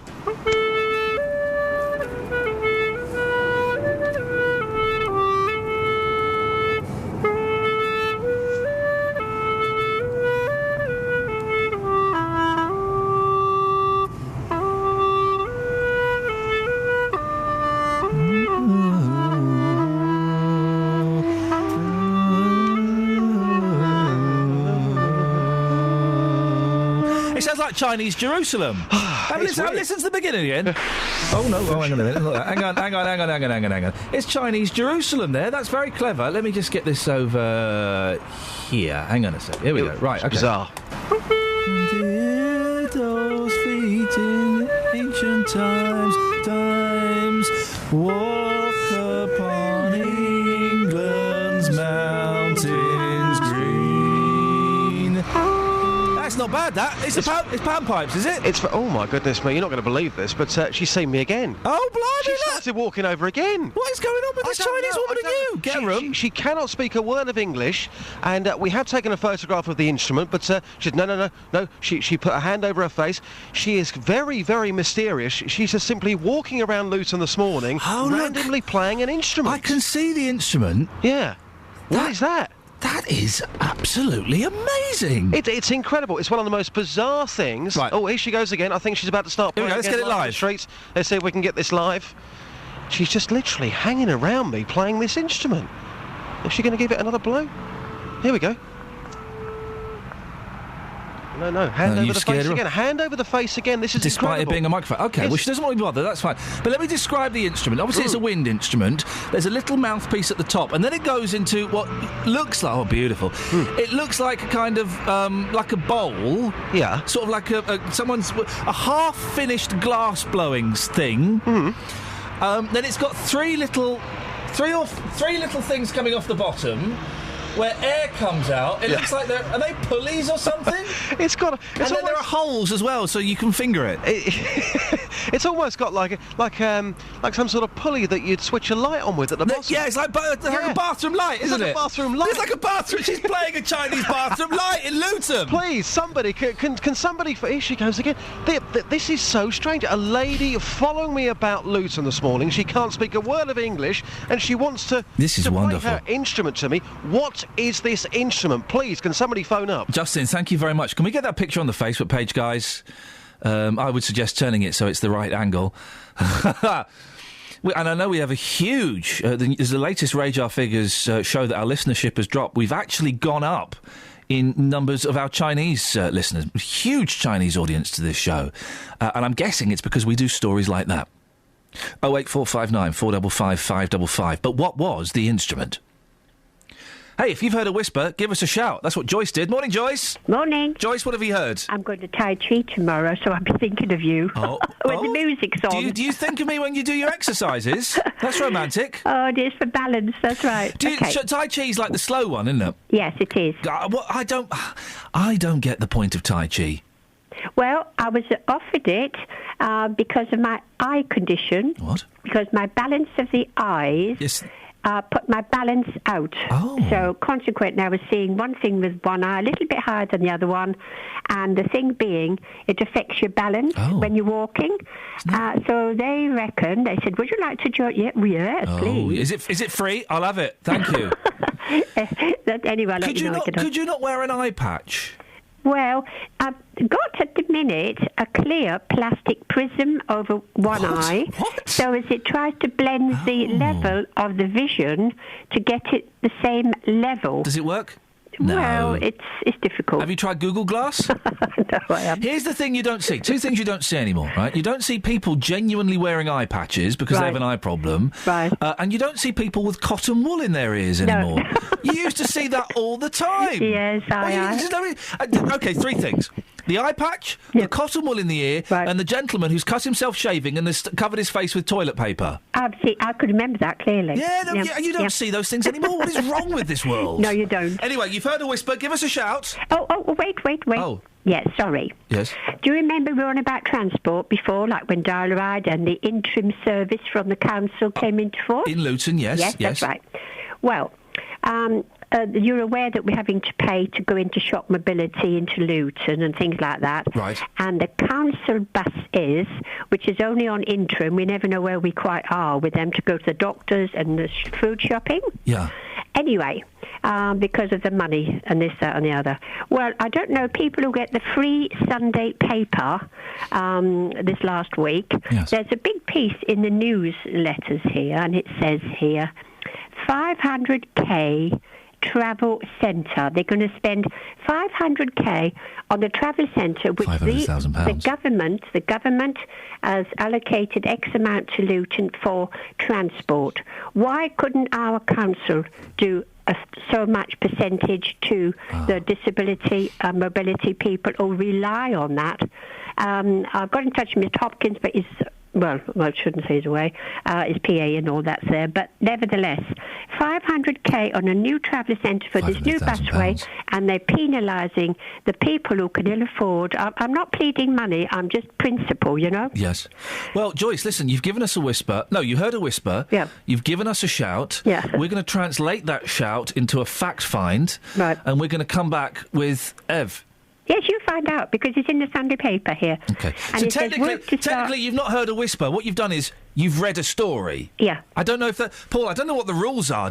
She's read a story, not heard a whisper. I mean, are we taking the whisper line literally, or is it just, you know... Well, this is factual, because it's in the paper. Oh. Technically, she's whispered it. We've heard the whisper. So we're going to give it a shout. Yeah. Oh, well done. There we done. Go. Joyce, thank you very much indeed. Bye-bye. Bye-bye. Halusi. Halusi. Halusi. Is that what you think the instrument's called? That's what someone... April has sent me a picture of Halusi. Is that what you think it is? Well, that's what it is. Oh. It's pretty awesome. Halusi. We put it on the Facebook page. Some of those foreign instruments are nuts, aren't they? The Chinese, I think it's I don't know, maybe it's the Japanese, actually. They have this weird stringed instrument where you bang it with little sticks and it makes a god-awful racket. I mean, it's awful noise. How anyone could think that was music? And I know I know world music is a big thing, and I like a bit of sitar as much as the next guy. But some of that Indian music really is lousy. I mean, it really is lousy. Imagine if, it's just a noise. Some of it's great, but some of it, enough go on, doesn't it? Really. I mean, best of luck to them, but seriously, guys, some of their songs are almost as long as the BBC introducing bands. Some songs are just a bit too long, though. I mean, I was looking the other day. It was the anniversary of one of the pilots of the Enola Gay had died. The final. It wasn't the pilot. It was the navigator. Why do you keep saying it was the pilot? It was the navigator. It wasn't a pilot. Okay. He was navigating. At no point, as they were flying towards Hiroshima and then flying back, did he take control of the aircraft. He was not a pilot. You did this last week, and you are doing it this week. He was not a pilot, he was a navigator, Paul. We are the BBC. Because of the unique way we are funded, we deal in fact. He was a navigator. Part of the flight crew who was on the Enola Gay passed away, and I was looking for songs about nuclear war, because I thought that would be fun. Maybe we could play one. All of them were about 10 minutes. Like a Bob Dylan song that was 10 minutes. Imagine that for a second. A Bob Dylan song, 10 minutes long. All of Bob Dylan's songs are too long. Do you know why? Because he's a lousy singer-songwriter. All of his songs are complete and utter guff unless another band gets them and makes them good. Like, I don't know, someone as talented as the Manfred Manns or indeed the Byrds. The Byrds. Every Bob Dylan, and I've tried with Bob Dylan. I've looked this away, I've looked that away. I've gone early Bob Dylan, I've gone late Bob Dylan, I've gone Christian Bob Dylan, I've gone mid-70s Bob Dylan, I've gone late 60s Bob Dylan, and all of it is without a shadow of a doubt complete and utter guff. The only person in popular musical history who is worse than Bob Dylan is let's see if Ellis can guess this. Who is worse than Bob Dylan, Ellis? Worse than Bob Dylan? Yeah. And there's only one person that's worse than Bob Dylan? Yep. Oh, man. Marilyn Manson. Oh, for goodness sakes. No, Marilyn Manson is actually done a couple of good songs. I'll give you a clue. He's a left-handed gentleman that thought, before he died of drugs, who thought that it was appropriate to do a wee-wee on his guitar on stage and then set fire to it. Oh, Hendrix. Yeah, Hendrix. Fuck there, lady. Just play a song on your guitar, mate. Stop playing it with your teeth and then kneeling on it, and then we know you're pretending it's your willy. I know what you're doing. You're making it phallic. That's what he's doing. Just play us a song, mate. You can do a little guitar solo, but why don't you do a guitar solo that I can understand? Along the Watchtower is quite a good song. No, it's not. That's a Bob Dylan song done by Jimi Hendrix. You've just got the two worst people in musical history together with the worst song ever. What is your beef, Scoins? No, it's a good song. It's got a good lick. It is a good song. Right, work experience. Right, work experience can't hear me, but he's fired. Yeah. Right? So he can't hear me. He's fired. Scoins, you producing this show. It's still a trial period. Right? I can still go, actually, do you know what? No, I don't want Scoins producing this. I'll have, who's the good-looking Irish fella that does JVS? Barney Cudd? What's his name? Oh, talks like that. Barry. Yeah, I could ask Barry to do it. I could ask, Justin, I mean, let's not be too crazy. I could even ask What's-Her-Face to come back if I wanted to. Get Boyle back if I had to. So just watch it, right? Now, All Along the Watchtower, what do you think about it? It's overrated. Thank you very much indeed.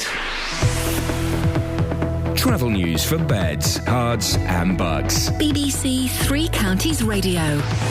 The anti-clockwise M25, very heavy and slow in places from 18 down to 16, Chorleywood down to the M40. Clockwise is okay from what I can see on the sensors and cameras. The M1's moving quite well this morning, no delays being flagged up. And as for the A1M, though, that's slow at passing Stevenage, usual congestion down towards Junction 7. A602, slow moving eastbound towards Watnett Stone from Stevenage. There are roadworks, electricity works, should I say, at Mill Lane. Those works continue until tomorrow.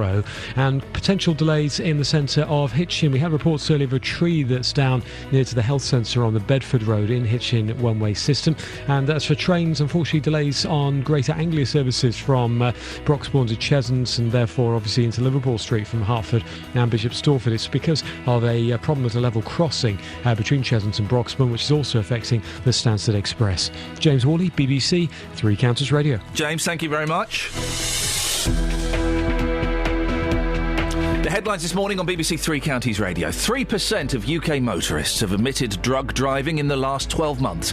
The figure in a study by road charity Break equates to 1 million drivers across the country. A woman who was pulled from the Blue Lagoon in Bletchley last Wednesday has died in hospital. And Stevenage Borough Council has backtracked on plans to introduce car parking fees close to the town's football stadium on match days. Let's get the weather. Beds, Herts and Bucks weather. BBC Three Counties Radio. Oh dear, oh dear, oh dear, oh dear, oh dear. Kate, are you there? Kate? Kate? Oh dear, oh dear, oh dear, oh dear. Well, it's looking like Boyle might be back. Wait, this goes. I'm joking. Morning, Kate. What have you got for us, please? Good morning. It's not a bad start to the day. We've got blue sky and sunshine at the moment, but we will see an increased amount of cloud through the middle part of the morning and into the afternoon. And with that cloud comes an increased chance of an isolated shower, particularly through parts, perhaps, of Buckinghamshire first. And they should just skirt their way eastwards through the course of the evening. Still going to be warm, though. We're looking at a maximum temperature of around 25 Celsius. Overnight, the cloud continues to increase, and with it, some heavy, more prolonged spells of rain likely through the early hours of tomorrow morning. Quite a muggy night, 16, 17 Celsius the minimum. A wet and cloudy start to Wednesday, but that rain will move eastwards. We should get some brighter and warmer spells through the afternoon. Of course, we have an increased chance of a shower tomorrow afternoon, but it's still going to be warm. 23 Celsius, 73 degrees in Fahrenheit. And that's your forecast. Thank you very much. Got an email from Pitcher Phil on the subject of goosing. Iain, a lady goosed me in the supermarket. She was driving her mobility scooter in the frozen food section. Sexy. I had to go and have a coffee and a good sit down. Every weekday morning from 9, Jonathan Vernon Smith. Lots to discuss. Do you agree with her? Do you think she speaks a lot of sense? With the biggest questions. Should Muslim women be allowed to wear the veil in court? And is it fair to only give people this kind of benefit for 3 months? And the biggest opinions. I'd like to hear from you. I feel strongly because children should be taught in a structured way. You know, there's nothing better in life than real life experience. Don't be patronising. Excuse me, I'm talking, sorry. There's 2 words here, common sense. One of my pet hates, I feel really strongly about it. We're talking about that, I agree with you. The JVS Show, weekdays from 9 on BBC Three Counties Radio. If you hear a whisper, give us a shout. Respect. Now, you may remember yesterday we were talking about roads in Luton which have been resurfaced so badly that residents say they're in a worse state than when the work started. We had the pictures up on the Facebook page. You possibly had a look at them. Contractors were in such a rush to complete the work on Gardenia Avenue and Norton Road on Friday morning, they tarmacked around a car rather than towing it away. Well, our reporter Justin Dealey spoke to Giovanni Vitali, who is a resident of Gardenia Avenue. I'd just like to ask them why they've done it. There was nothing wrong with the road. I've seen other roads around Luton that have got the same signs up saying the same work is going on, and those roads are perfectly fine as well. So I'm just baffled as to why they'd want to spend the money on roads that were fine when there are other roads that are in very poor condition that could do with the work. I'm sure that you're being told, like us, that every council, Luton Borough Council, saying the same to us, that we haven't got that much money, we're having to save money, and you just think this is a complete and utter waste of money, clearly. Very much so, and the work crew that were doing the work on Friday were quite open and honest around the work they were doing, and they said that they weren't given very much time, and they weren't the quality of the materials that they were provided weren't fit for the job. And they told you that? Yes, they told us that. They were quite open and honest, talking about the work they were doing. You just have to ask, why are you doing it in the first place then? Well, Dave Taylor is the councillor in charge of transport at Luton Borough Council. Morning, Dave. Why was the work being done? Good morning, Ian. Nice to speak to you again. What we're doing is the retexturing the roads. We've got a highway inspectors going around, and I know there are roads that need to be completely rebuilt, but these are roads in residential areas that will last another 8 to 10 years without any serious damage done to them. It's a new system. It's used by a number of local authorities, and it prevents cracks, and it's skid resistant. It's a good idea, because we're always hearing things about how roads are, in a terrible state. But this gentleman was told that the tarmac was of a particularly low quality, that maybe some corners were being cut. Well, it's a contractor that's doing it. Volker Highways is our contractor, and they may sub the work out. But we specify the quality. We don't provide the materials, and we ask our contractor how long would it take to do a road like Gardenia Avenue. And that's the time allocated to them. So, there are one or two issues that have been raised there, which I will take up with the contractor. So do you think that maybe they've told you that they're going to do something of a certain quality, but that perhaps there is a chance they might have used a cheaper alternative? There's a possibility of that, and there's certainly tarmacking around the car is totally unacceptable. What was that about, Dave? That was incredible! That's totally unacceptable. What were they thinking? I don't know. It won't happen again. I'll make sure it doesn't happen again. We have a procedure to do that. There's cars parked all over the place in Luton, and despite the fact that we knock on doors, give them leaflet and say, please park your car somewhere else, there's always the odd one or two. So what's the procedure? Do you normally tow them away then? Yes. Yeah. Yeah, we try and find out, knocking on the doors, whose car it is, but then at the end of the day, it could be somebody's gone away, and in conjunction with the police, we tow it away. How much notice do you normally give for jobs like this? We normally give about 2 weeks' notice to the residents by putting a letter through the letterbox. See, two weeks' notice sounds all right to me, and if someone's away, it's unfortunate, but tough. Well, we saw the picture of the car. For those who missed it, it's a car that hadn't been moved, and the tarmackers had thought, let's just go round it, and it did look awful, didn't it? I know. Have you spoken to the contractors about it? Not yet, but I will do. That's totally unacceptable, and we have a procedure we're dealing with that. Yeah. Obviously, they haven't adopted it, but it won't happen again, I will assure you. All right, nice one. Well, how many roads are you going to resurface like this, Dave? What's the plan? We're going to do 15 roads in the town this year. We've done 7 already, and the one that I drive down on a regular basis, Merrick Avenue. Once it settles down, it looks okay. That was done last year, so that's not too bad. And because we heard that water was collecting on Gardenia Avenue. Have you heard anything about that? That maybe it wasn't quite as smooth as it should be. Well, what do you mean water collecting? When it rains, the water does collect on the road until it drains away. But does it? I suppose it does. Puddles, isn't it? Puddles, isn't it? Yeah, sometimes.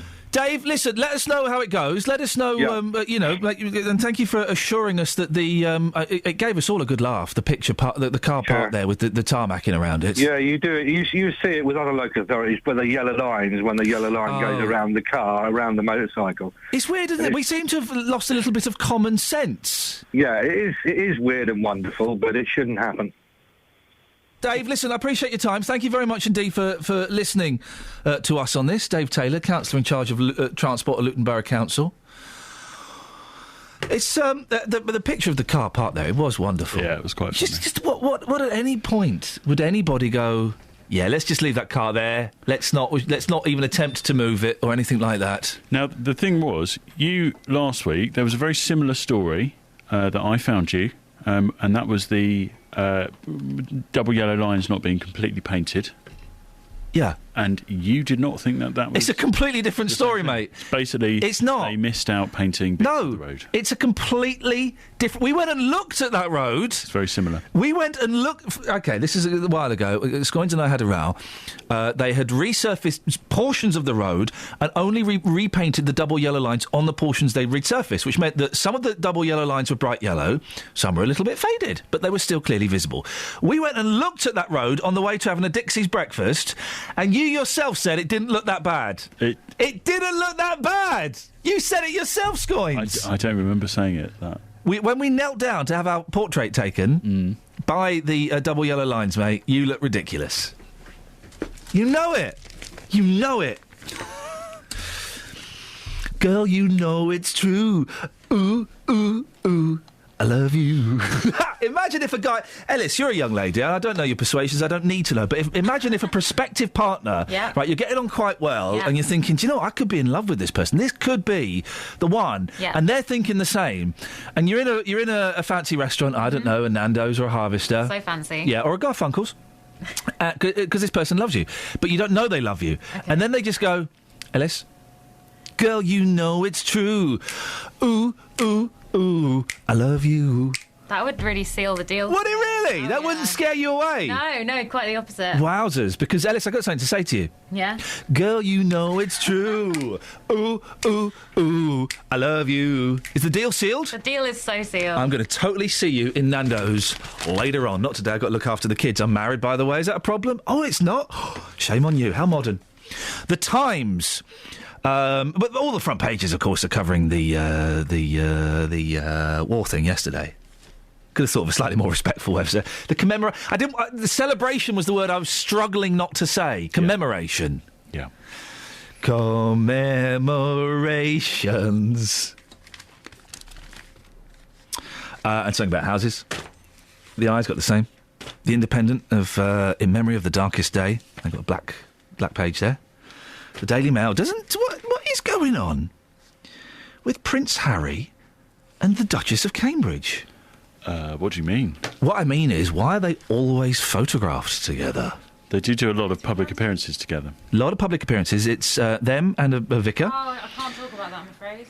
Oh, if it's about... I can't talk about that, I'm afraid. Oh, dear. People can... Listen, we've explained the situation with the former producer of this show.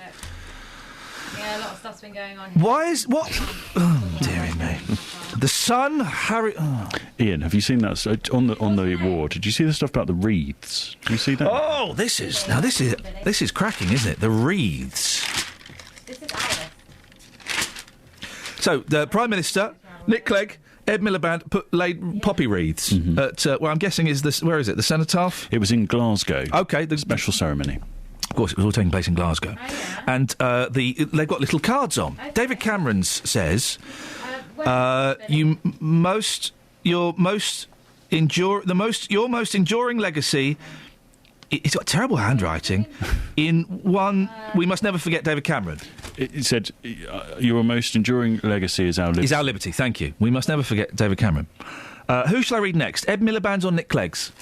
Oh, well, go in order of senior of power, shall we? So okay. Go with the Deputy Prime Minister. Nick Clegg says, from the Deputy Prime Minister.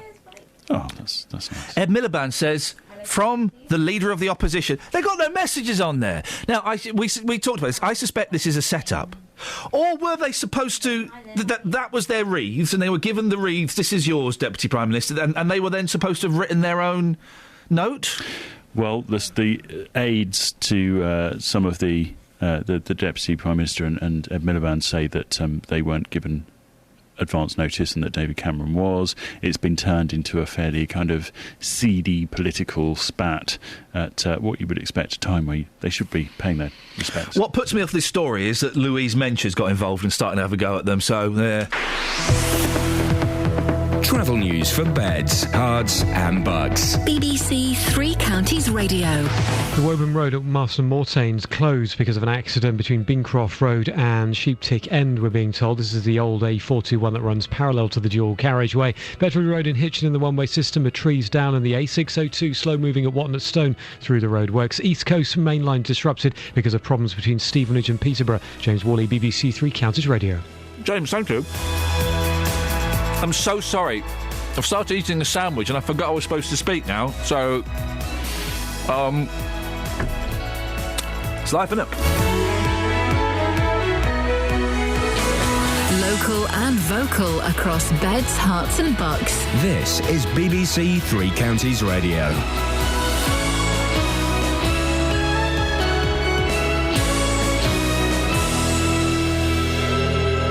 It's 8 o'clock. I'm Simon Oxley. The headlines: 3% of drivers admit drug driving. Woman pulled from Milton Keynes Lake dies in hospital. And council U-turn in Stevenage football parking row. BBC Three Counties Radio. 3% of UK motorists have admitted drug driving in the last 12 months. The figure in a study by road charity Brake equates to 1 million drivers across the country. Gary Ray from Brake told this programme it should be taken as seriously as drink driving. In terms of the impact that somebody with drugs behind the wheel can have, absolutely. So much so that the government itself, and we commend them for this, we don't always say that, is introducing a new law in March which essentially will have a zero tolerance limit on illegal drug taking. A woman who was pulled from the Blue Lagoon in Bletchley last Wednesday has died in hospital. The name of the woman in her 20s has not yet been released by police. The inquiry has been passed to the coroner. The incident prompted warnings from the council and the emergency services about swimming at the former quarry. A 3-day ceasefire between Israel and the Palestinian group Hamas has come into force. The Israeli army says it will withdraw all its ground forces from Gaza. Egypt, which negotiated the truce, say they hope it will be followed by talks aimed at securing a permanent end to hostilities. The BBC's Martin Patience is in Gaza. It does appear to have been calm across the Gaza Strip.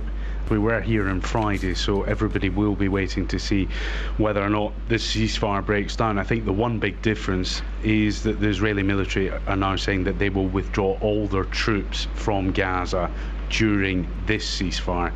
That wasn't the case last week. Firefighters saved a woman and her dog from a house fire in Welwyn Garden City yesterday evening. Crews were called to Latimer Gardens just before 5:30.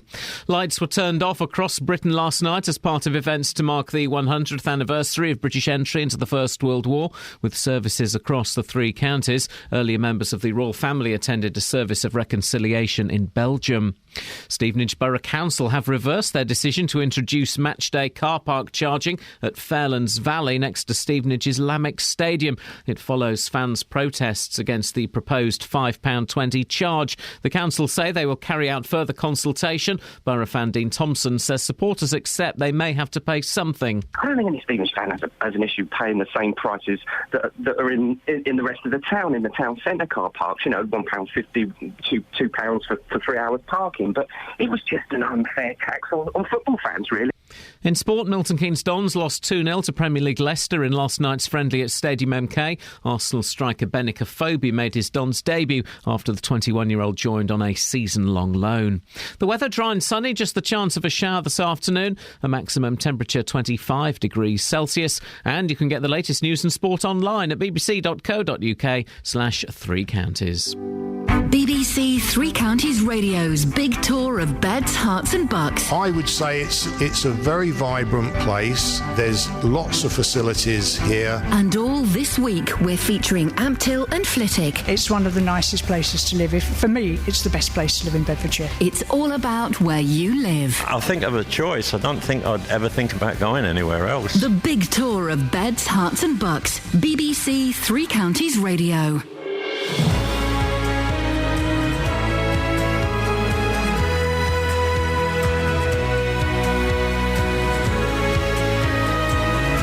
Iain Lee, BBC Three Counties Radio. Why has this started again? Paul has tweeted, Please explain the situation with former and better producer Kate once more, please. I, for one, haven't heard a thing. Well, you missed it the other day. Although the way Scoins is going, I'm tempted to give her a call and get her back and say, you're forgiven. No, we're not that desperate. Lots to talk about this morning. Drug driving.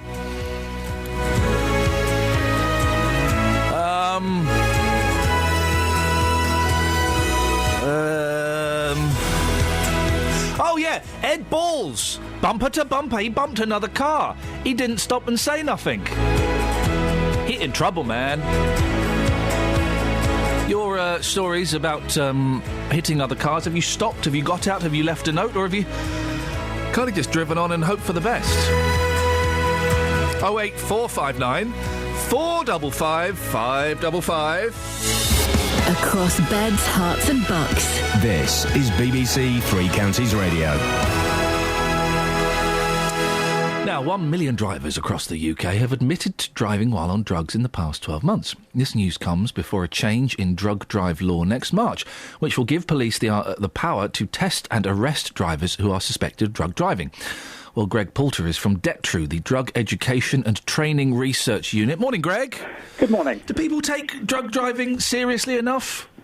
Well, I have to say, after 25 years of working in this field, I would say that most recreational drug users are responsible and do not take drugs and drive. That's the majority. There's obviously a small hardcore that will ignore it and are a danger to other road users, but the vast majority of people that use recreational drugs are not out there driving. I'm a little suspicious about the research you're quoting of 1 million people have not admitted to driving. That's a figure extrapolated from that bit of research. And what's the methodology and sampling methods that we use for that? We would need to look a little more carefully at that, I'm afraid. It makes good headline news, but I'm not sure it's accurate. When I was at college and drugs were being passed around, it was quite common for people to have a cheeky smoke and then go and drive a car. It did happen, Greg. Are you being slightly naive by saying that most people don't? Of course it happens, but I think I'm not sure of your age, I'm afraid, Ian. I'm an old man. I'm 41. Current users compare. I'm in my late 50s, early 60s, so I'm of an older generation, and people were not as sophisticated than when I was young.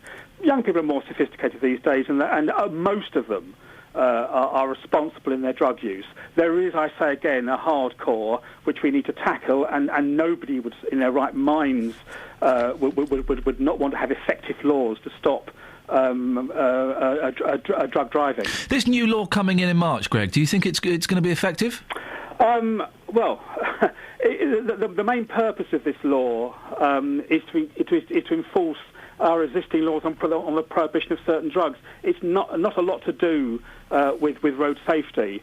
The levels they've set for you to be assumed to be impaired are so low that it's zero tolerance. It's not about road safety, it's more about enforcing our existing prohibition on certain drugs. But if drugs are illegal, and whatever, my opinions are on drugs, if drugs are illegal, then we need to enforce the laws. And if people's lives, if you take drugs, your timing and your thoughts are impaired, that's the point of taking drugs, then surely there should be a zero tolerance, shouldn't there? Well, in terms of driving, surely you want to deal with people who are driving on the road and who are impaired and who are putting people's lives at risk. No argument about that. We need to have an effective strategy to do that. These laws are not doing that. The government set up an expert panel. Let me say again, expert panel who knew what they were talking about, who set limits which would effectively deal with impairments. The government have totally ignored those levels, and they've set them at ridiculously low levels. If I can give you an example, for ecstasy, they've set them at a 30th of what their expert panel recommended. A 30th. But you shouldn't be driving if you're on ecstasy. You should not be driving. So then, if it's let's say a 30th, what's the problem? You should not be driving if you're impaired. Absolutely. Oh. And yes, of course, the gut reaction is zero tolerance. Let's protect people on the roads and so on. But think about it. If you are going to penalise people who are not impaired, then people whose sons and daughters suddenly are convicted of these offences, they lose their driving licence, possibly their job, they have large fines, they have possibly imprisonment, and they get a criminal record. And these are people that are not driving who are impaired. So these are people that have not satisfied these absurdly low limits. So, Greg, are you saying it's okay to drive a car if you've taken a little bit of E? Absolutely not. No. Well, then the law should come down hard on those people, shouldn't it? Let me say it. What I'm saying is that you should not drive a motor vehicle if you are impaired, if you're a risk to other road. But I'm not saying impaired. I'm saying if you've done a little bit of ecstasy that falls below the recommended limits. Let's take that example. Okay, so somebody takes a pill of ecstasy on a Friday evening. Yeah. When do they cease to be impaired? Probably Saturday morning, Sunday. If they're tested on the following Monday, according to these low limits, they are probably going to be presumed to be impaired. Well, they might still be a little bit. They might still be a little bit. They're not a risk to other road users. Well, they might be. They might still be a little bit, Greg. It depends on the strength of the drug, and also if they've managed to get any sleep since taking the drug. The expert panel looked at this very, very carefully, spent thousands of pounds investigating it, hundreds of man-hours looking at it, and they came up with realistic figures to deal with people that are impaired on the road.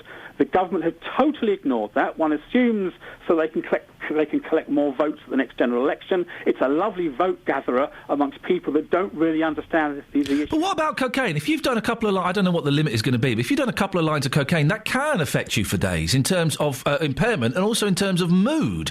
And if you're grumpy 3 days later or whatever, or coming down or whatever, you're not going to be best placed to drive properly. OK, so we're going to consider somebody we're going to consider somebody as an impaired driver because they're grumpy. Well, because they're coming down from coke, which will affect your mood. Maybe they had a row with their wife the previous day. Maybe they're going through divorce proceedings. Maybe they've just been sacked. Are we going to classify them as being impaired, not safe to drive on the road? I don't think so. No, but they've not ingested an illegal drug that has affected their mood. I'm not sure what the relevance of being an illegal drug is concerned. We are dealing here... All right, they've ingested a drug which has affected their mood. We are dealing here with... issues around road safety. Yeah. We're not dealing with issues around enforcing our current drug prohibitions. This is not a function of road traffic legislation. It's about, I want to see safety on the road. I want to see a fair and just system. This is not fair and just simply because the government have ignored their own experts and set these limits at ridiculously low levels, which will hoover up a whole range of, I would describe, innocent people who will have serious consequences in their lives because of that. They're not innocent, are they? They are not innocent if you are looking at our current prohibition of drugs. No, of course they're not innocent. They have committed an offence in presumably possessing a controlled drug. But that's not what road traffic legislation is about. It's about making safety on the road, which absolutely I want. I have children. I have grandchildren. I don't want drug users who are impaired driving on the roads. This legislation does not tackle that. OK, but what evidence have you got that if someone has taken ecstasy on a Friday, they are fine on the Saturday? Because, come on, Greg, you know that's not true. No, see, I didn't say that. I actually referred to the Monday, not the Saturday. I quite agree. Somebody who's had a skinful of alcohol or has taken drugs on a Friday should not be driving the next morning. Crystal clear they should not be doing it. I don't want them. And I want an effective law to prevent them from doing that. This legislation does not do that. This legislation will hoover up a whole range of people who are driving on the road and who are not impaired. Greg, fascinating talking to you this morning. I appreciate your time. It's a pleasure. Thank you very much, and thanks, Greg. Greg Poulter from DETRU, the Drug Education and Training Research Unit. I'd love to hear your thoughts on that. He makes some interesting points, I think. So if you take some ecstasy on Friday, trace of it will still be in your system on Monday. Are you still going to be affected by it? I don't know. But if you get pulled over and there are traces of it in you, then you could get hauled up with this new law. I kind of... my thoughts on drugs to one side, I kind of am a little bit zero tolerance when it comes to... Certainly when it comes to drink driving, I don't think you should even have half a lager and get in your car. Because you may not have eaten, you may not have slept very... it can affect you in different ways. So I guess if I want consistency... And again, this isn't necessarily my views on drugs and whatever, but I guess if you want consistency, if I want to be consistent, I have to kind of back a zero tolerance towards drugs and driving, don't I? I think. I'm slightly scratching my head on this one. I'm a little bit confused. If you want to help ease the scratch on my head by rubbing it, or by putting forward your point, that's probably a more appropriate way of doing it. 08459 455 555. Do you agree with what Greg was saying? that this law is being brought in to punish those people who take drugs, as opposed to making the roads safer? Or do you think, well, you know, it's tough. If you take drugs, you take drugs. Tough. 08459 455 555 is the telephone number, please, if you want to give us a call. And also, if you want to let us know your stories about have you ever bumped into a car and seen there was a little scratch, a little dent, and then gone, do you know what, let's drive on. Drive on, no one saw it. I did it once years ago. I was 23, maybe 24, and I was driving like a Bedford van. Oh, I was terrible. I got stuck in a really narrow street, and I dented a Merc. Quite a big dent in a Merc. And I drove off, to my shame. I drove away. I was terrified. Terrible thing. Could never do it now, but... 08459 455 555. Travel news for beds, cards and bugs. BBC Three Counties Radio. The usual queues on the A1 southbound towards the Black Cat roundabout into the roadworks, and also usual congestion passing Stevenage on the southbound A1M 8 to 7, slow on the sensors. Then it's very busy on the A602 if you're heading out to Watton at Stone. It's because of the temporary traffic lights that are in for electricity works until tomorrow at the junction of Mill Road. A1's also very heavy into London as you head down towards Mill Hill Circus.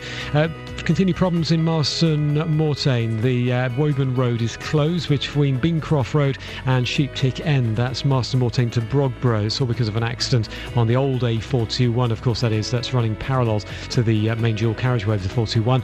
We had reports earlier of a tree down in the centre of Hitchin in the one-way system. And onto the M25, well, anti-clockwise is slow 20 to 16, Kings Langley round to the M40, I can see on camera. Also looking quite busy on the A41 at Kings Langley down towards the M25 on the southbound side, obviously. And East Coast mainline trains, half-hour delays because of problems with the power at Sandy. The lines have been sorted out or are now working properly, but half-hour delays still possible. And Greater Anglia say there are possible delays because of problems with the level crossing earlier between Cheshunt and Broxbourne. James Worley, BBC Three Counties Radio. Right, it's 8:16. It's Tuesday the 5th of August. I'm Iain Lee. These are your headlines on BBC Three Counties Radio. 3% of UK motorists have admitted drug driving in the last 12 months. The figure, in a study by road charity Break, equates to 1 million drivers across the country. A woman who was pulled from the Blue Lagoon in Bletchley last Wednesday has died in hospital. And Stevenage Borough Council has backtracked on plans to introduce car parking fees close to the town's football stadiums on match days. BBC Three Counties Radio.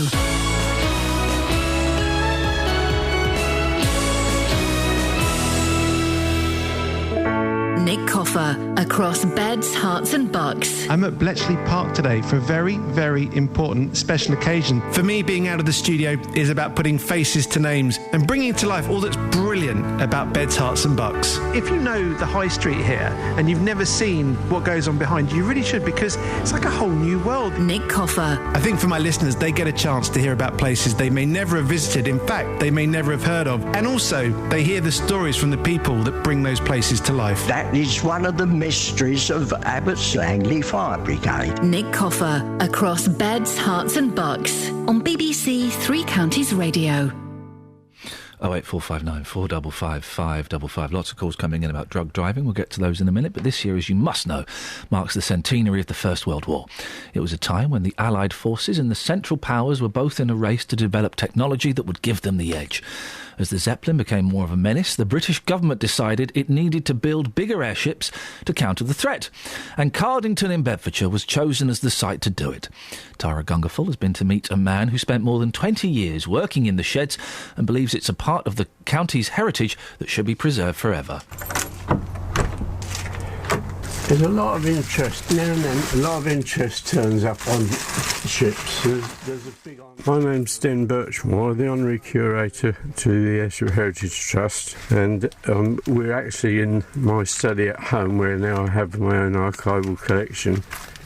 These are all old ones, but they're interesting. The history of Cardington goes back to the Short brothers, who were asked by the government to build airships for the First World War.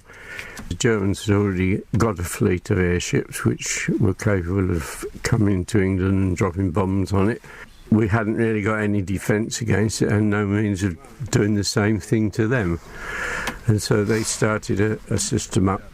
And I've got so many books up here, but, it's a time factor thing, isn't it? Number One Shed is the only large constructional area in the country at that time. You can stand the Nelson's Column in there. You could get nearly any of the big naval boats in there, most of the earlier liners in there. And close the doors? Close the doors, yeah, 777 feet.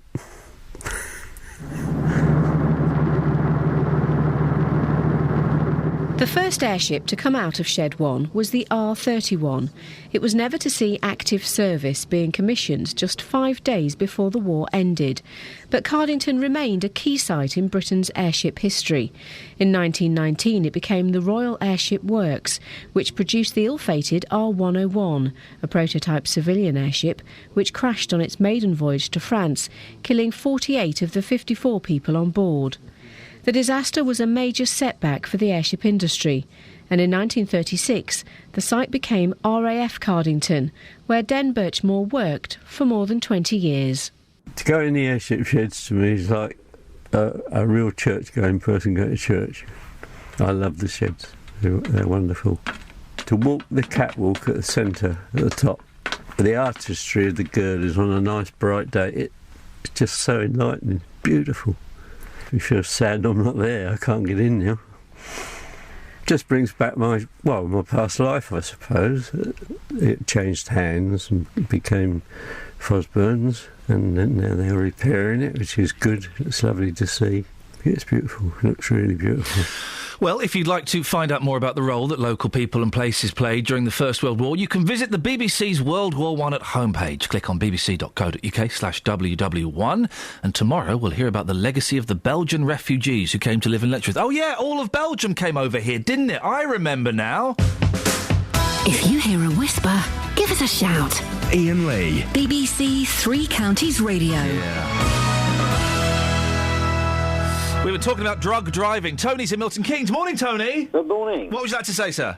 I was rather confused by the responses from that expert you had online. That was Greg Poulter, who is from the Drug Education and Training Research Unit. Is he really? Education? Well, I'll tell you what, his comment when we were talking about people taking drugs and driving, he said most responsible drug takers probably wouldn't drive.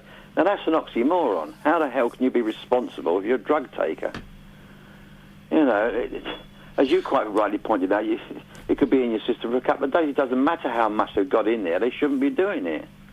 The Beatles took drugs and they made some amazing music. Was that irresponsible of them? To certain people it would have been. To you?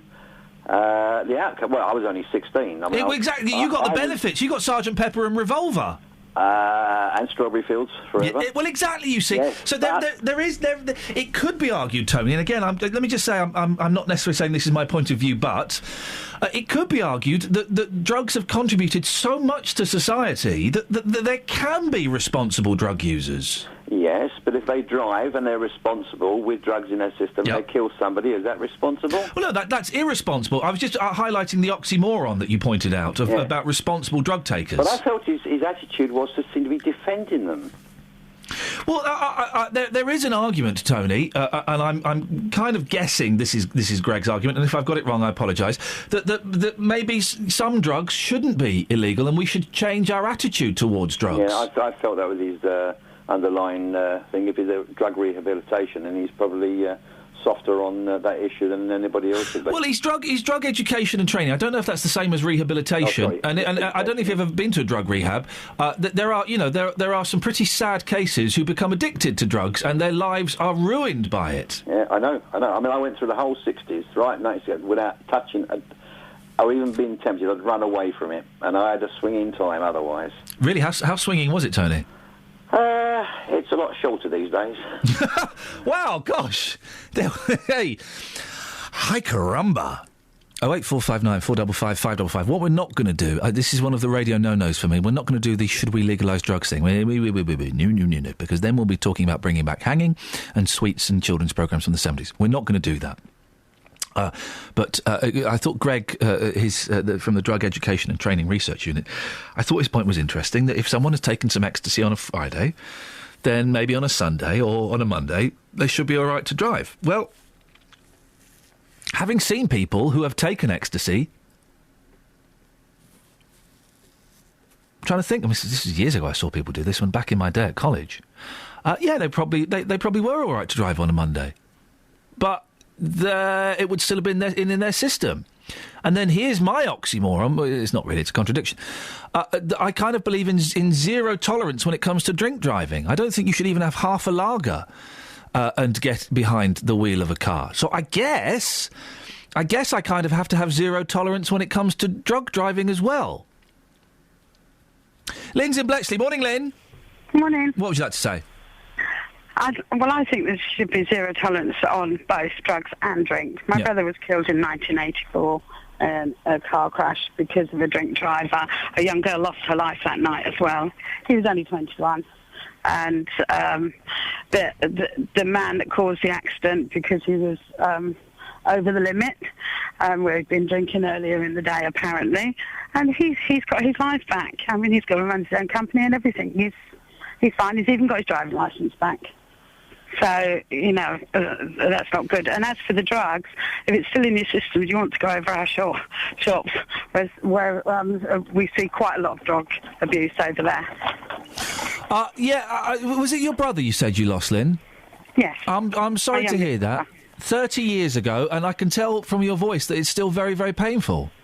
Yeah, of course it is. Yeah. And I'm definitely zero tolerance on people that drink drive. I've got no time for them. None of my boys drink drive, and my other family, we've all the same mind. And if if any of them have been out for the evening, they wouldn't drive. They don't drive next day. There will be people listening to this, and we can kind of go down this route a little bit. There will be people listening, Lynn, who will be sorry for your loss, but will disagree strongly with you, and say, look, after a pint, a couple of glasses of wine, I'm all right. I'm not impaired. I can handle my booze. No, they're not all right. Definitely not. My brother is not the only person I know that's lost his life through somebody that's been drink driving. It's okay because they can go on. You'll get some do-gooder or say, it's because they were drinking because they had problems and things like that. It's a load of rubbish. The fella that killed your brother. You seem to know a lot about him, Lynn. Have you kind of sort of followed him? I don't mean literally stalked him, but have you kind of looked him up on the internet and things? No. No, okay. No, I'm local. I'm a local girl. He's local. Oh, so you kind of know? You don't know him. You see him around. You know what he's up to. No, I don't see him, but I know people that know of him. And when you hear that he's driving and he's got his life back and it sounds like he's being quite successful, how does that make you feel? Well, first of all, probably bitter, but now, no, nothing really. As long as I'm not in the same near him. I mean, I don't know what I'd do if I ever saw him. I was going to say, supposing you're in a cafe or a bar or somewhere, and you turn round and he was sat down next to you, what would you say? I'd probably run over him with my mobility scooter. Oh, blimey. Oh, no, Lynn, no, you can't. Accidentally, of course. Yes. No, do you drink when you drive your mobility scooter? I don't drink at all. Good for you, Lynn. All right, listen, thank you very much for sharing that story with us. 08459 455 555 is the telephone number. Is there a drink drive limit for mobility scooters and electric wheelchairs? Because those things can go at a right old pace. Well, I think they're covered by the same rules that govern things like cyclists as well, about not drinking. You can't be over the limit. I think you can be drunk in charge of a bicycle. Well, then you can be drunk in charge of a mobility scooter. Yeah, those things can go up to 8 miles an hour. They can go on the pavement, and they are driven, let's be honest, generally by maniacs. Mobility scooters driven by maniacs. I've never seen a maniac mobility scooter. Well, there was a fella in the paper the other day driving up the M1 on a mobility scooter. That I've never seen. I had a friend at uni who, the morning after a big night out, drove his bike home. He'd been around to a lady friend's house, and on his way home, still a little bit under the influence on his bike, he just swerved in the park, went over the handlebars, and cut his sort of whole cheek open. He cut his whole cheek open. Yeah, so I mean that's. Paul Scoyne's shaking his head disapprovingly. 08459 455 555 is the phone number. If you hear a whisper, Give us a show. Travel news for beds, cards and bugs. BBC Three Counties Radio. Open road is closed between Bincroft Road and Sheeptick End, so that's Marston Mortain to Brogborough, all because of an accident on that stretch of the Woburn Road. We've had confirmation of this tree down in Hitchin on the one-way system just by the health centre. No delays, though, being flagged up on the sensors. Southbound A1 slow towards Black Cat and the roadworks, very slow passing Stevenage on the A1M, and that's between 8 and 7. A602 expect delays towards Watnerstone because of the ongoing electricity works near to the junction of Mill Road. And if you're heading onto the A428, that's slow westbound up towards Barford Road. East Coast Main Line, half-hour delays because of electrical supply problems at Sandy, also affecting First Capital Connect. And Greater Anglia may be delayed still because of the level crossing problems early between Cheshunt and Broxbourne. James Worley, BBC Three Counties Radio. Across beds, hearts and bugs. This is BBC Three Counties Radio.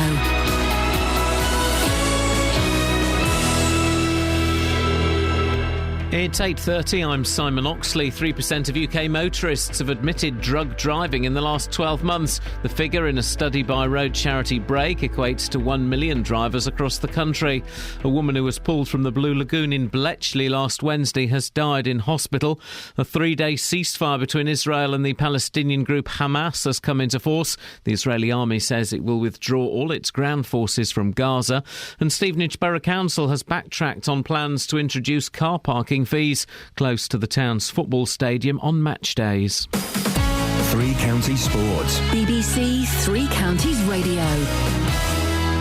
Milton Keynes Dons lost 2-0 to Premier League Leicester in last night's friendly at Stadium MK. Arsenal striker Benik Afobe made his Dons debut after the 21-year-old joined on a season-long loan. Here's manager Carl Robinson. I'll be honest, he's been somebody that I've never been able to get to the football club because he should be playing in the Championship and an awful lot higher when you read the quality of what he possesses. But he's been told that it's a place where he can develop and become a top player. Watford have signed experienced Italian midfielder Gianni Munari on a season-long loan from Parma. The 31-year-old has won promotion 3 times to Serie A. A young Stevenage side drew 1-1 at St Albans last night, and Luton won the Beds Premier Cup with a 3-1 victory at Biggleswade. Meanwhile, Hatters manager John Still has confirmed his main summer transfer business is complete. Still says he will bring in one more youngster ahead of the new season. We probably will be bringing another young one in, when I say young one. One from a low level. In terms of what's going to be playing in the first team, we're all done. Elsewhere, Manchester United beat Liverpool 3-1 in the final of a pre-season competition in Miami, with Wayne Rooney among the scorers. Tiger Woods' agent says he'll leave it as late as possible to decide whether or not he's fit enough to play in the US PGA, the final major of the season, which starts on Thursday. Woods has a back injury. And in cricket's Minor Counties Championship, it's the final day in the latest round of matches. At Long Marston, Hertfordshire are 141 for 9 in their second innings. That's a lead over Cumberland of just 100. Buckinghamshire set Lincolnshire 252 to win. The home side resumed this morning on 72 for 4, and Bedfordshire are facing defeat away to Staffordshire. The home side are 44 for 1 with a target of just 76 to win. BBC Three Counties News and Sport. The next full bulletin is at 9. This is Iain Lee on BBC Three Counties Radio. Choices. I couldn't decide. So many jingles. I'm ordering some tickets. Well, I noticed you were in the midst well, I just did something. the thing. I did the thing you're never supposed to do. I'm ordering tickets to take the boys to the pictures this afternoon, okay? And that you do your payment details. Do not refresh while payment details are going through. I refreshed. Oh. So have I ordered 3 tickets, or am I about to order another? I don't know. Gosh. It's so depressing being me. Well, if you've ordered 6, then just put out a plea for another 3 people to come with you. Well, do you want to come and see the Nut Job? No, thank you. What is that? It's a cartoon that's on at a really convenient time. That's all that matters for me. What time is it on? 3:45? Then perfect. We'll go and see the Nut Job. Absolutely not. You, Scoins and Ellis can come and see the Nut Job. Scoins, do you want to come and see the Nut Job? Yeah. Ellis, do you want to come and see it? Yeah. Yeah, we go. Go Come and sit with my boys. I'd rather pull tufts of my own hair out. Flipping. Well, you can do that as well. I'm they've paying got, for it. They've got seats. And I don't want to go to see this nut man. What? What's it called? The nut man? My treat is to take this team out to go and see the nut job this afternoon. And the nut job? Yeah, come and see the nut job. I don't want to see that. Well, what do you want to see? Something foreign, probably. Black and white subtitles. Unbelievable. Colour was invented for a reason, and so was the English language, to make movies better. I'll leave you to your nut man. Unbelievable. Right, well, while I finish ordering these tickets for the second time, maybe you'd like to tell us what's on your show, though I probably won't be listening today. You will. Wait till you hear this question. Oh, go on. You're going to like today's phone-in. Yeah. At 9 o'clock this morning, do you forgive the boy who swung the chihuahua around his head?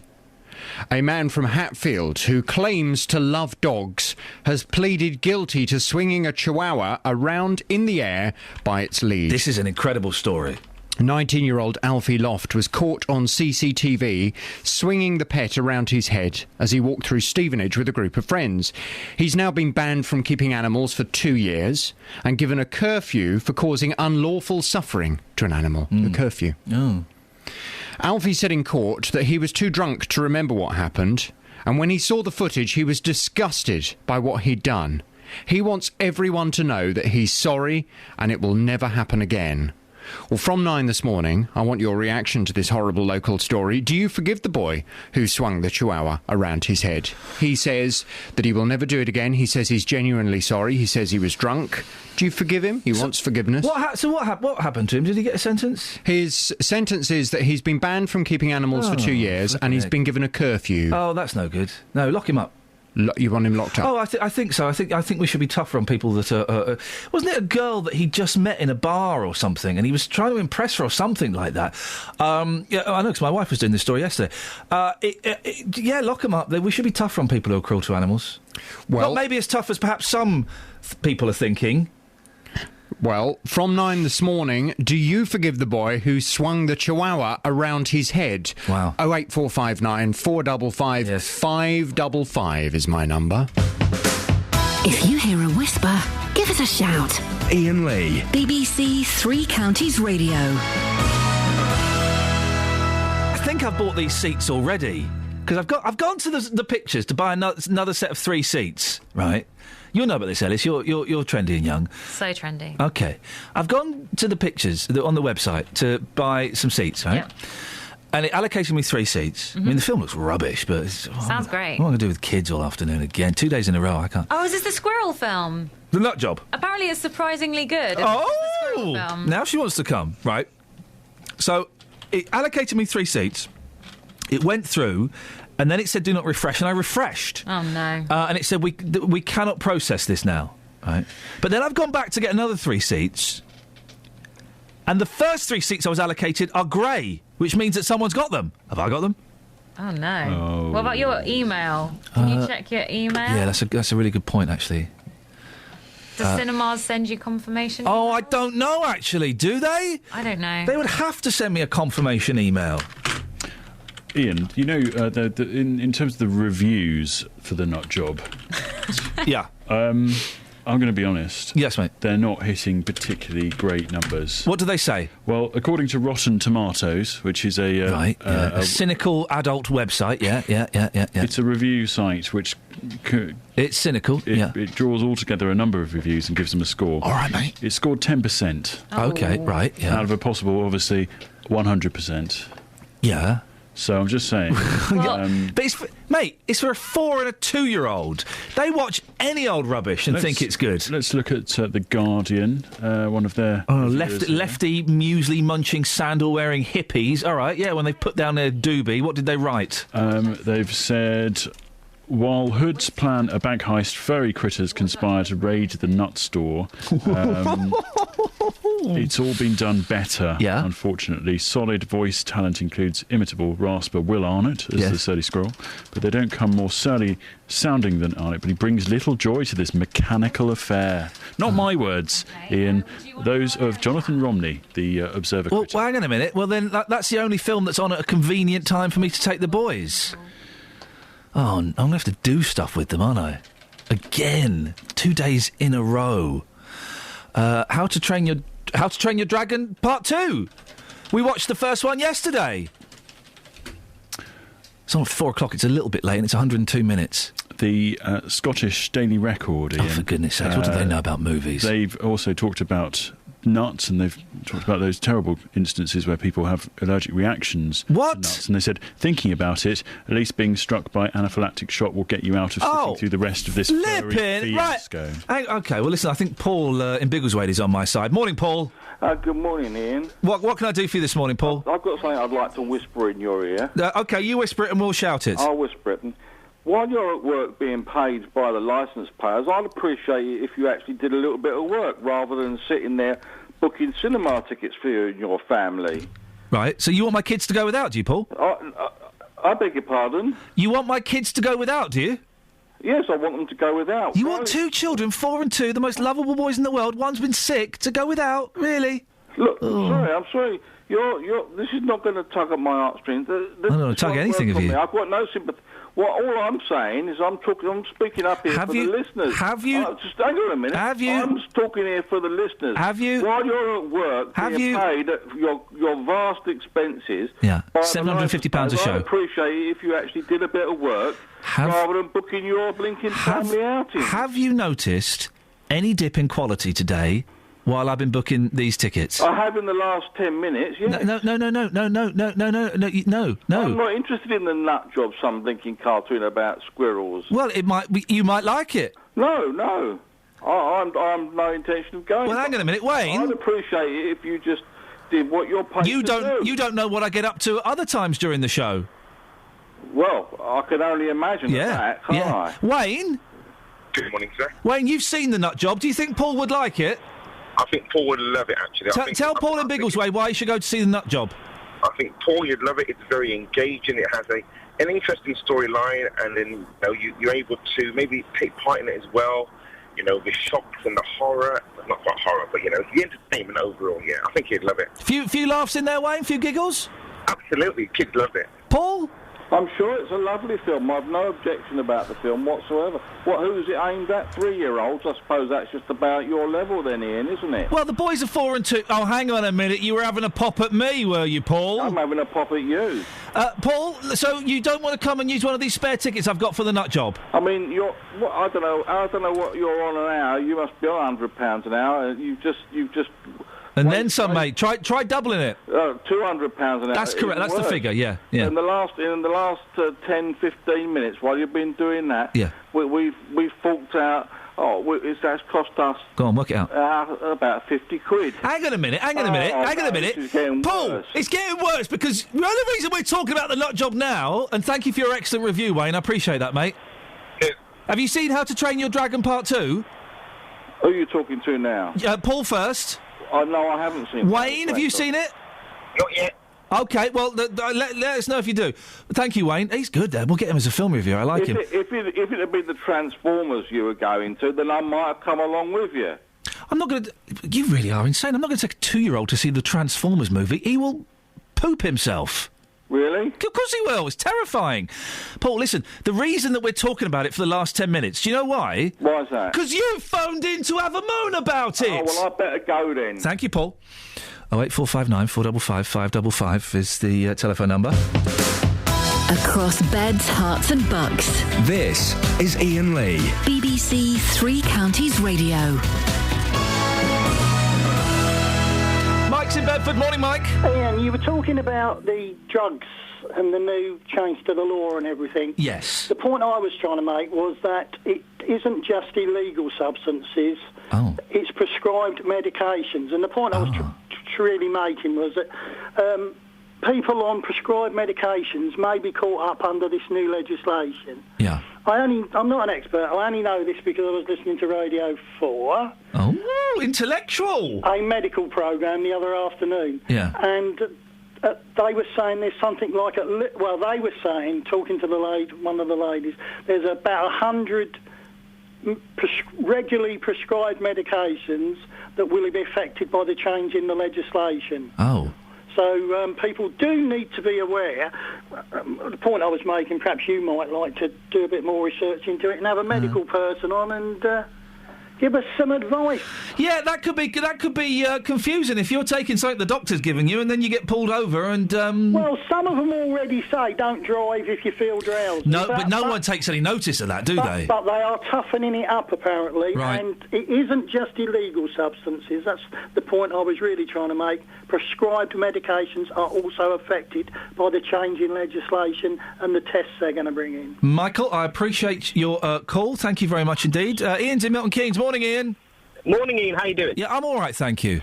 Ian, you keep going on about this zero tolerance for drinking, and it just won't work. Why? And I don't think that having a drink is going to affect you. I had a really bad night's sleep one night last week, and I have to be up very early, and I do a lot of driving.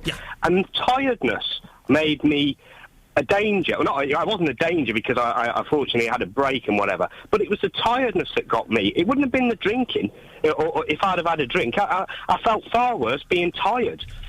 Right. So what's your point? You're saying that we should allow... Because you were tired one day, we should allow people to drink?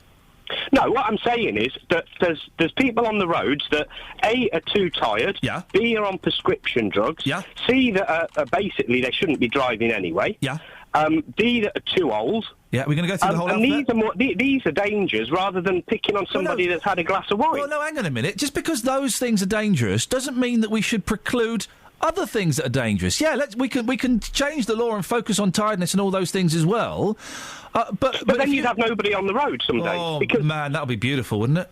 Well, it would be nice sometimes. But, the point is, come on, one drink is not going to affect somebody who's an adult that's doing it recreationally, having one drink. You don't... But the thing is, Ian, you don't know if they're slight of frame. I do know because I know it doesn't affect me. It doesn't affect you, but that doesn't mean it doesn't affect other people. If you've not eaten, if you've had a stressful day, if you're tired, if you're overworked, those things can affect how alcohol affects you. And it can also affect your driving without bringing the alcohol into it. Exactly. So why make it worse by adding alcohol to the mix? And anyway, zero tolerance you won't be able to do anyway, because if people use mouthwash that's got alcohol in it, that'll register. If people have a sherry trifle, that'll register. So it's completely unenforceable anyway. You've got a limit now of 35 milligrams or whatever it is, so leave it as it is. And those that want a drink, or maybe two, depending on what they're drinking... 2 drinks, Ian? Of course, sometimes you can have 2. You can have 2 pints of shandy and still drive. No, Ian, listen, I've got to move on. 2 pints, Ian, we're going to call you from now on. Excellent point. Well made. Thank you very much indeed. 08459 455 555 is the telephone number. Travel news for beds, cards and bugs. BBC Three Counties Radio. And first of all, delays southbound approaching the Black Cat roundabouts. It's slow moving, in fact, also on the A421 heading towards Black Cat and the roadworks, of course. The southbound A1M slow moving past Stevenage, 8 to 7, easing up a little bit now. Be aware the A602 slow at the Watton Stone works. Those electricity works are underway until tomorrow. And just getting word of an accident into London on the A1 Barnet bypass between Stirling Corner and Apex Corner. Bedford Road in Hitchin, the one-way system partially blocked with a fallen tree near the health centre. Woburn Road at Marston Morsane is closed because of an accident, and onto the M25, still very slow anti-clockwise down towards junction 16.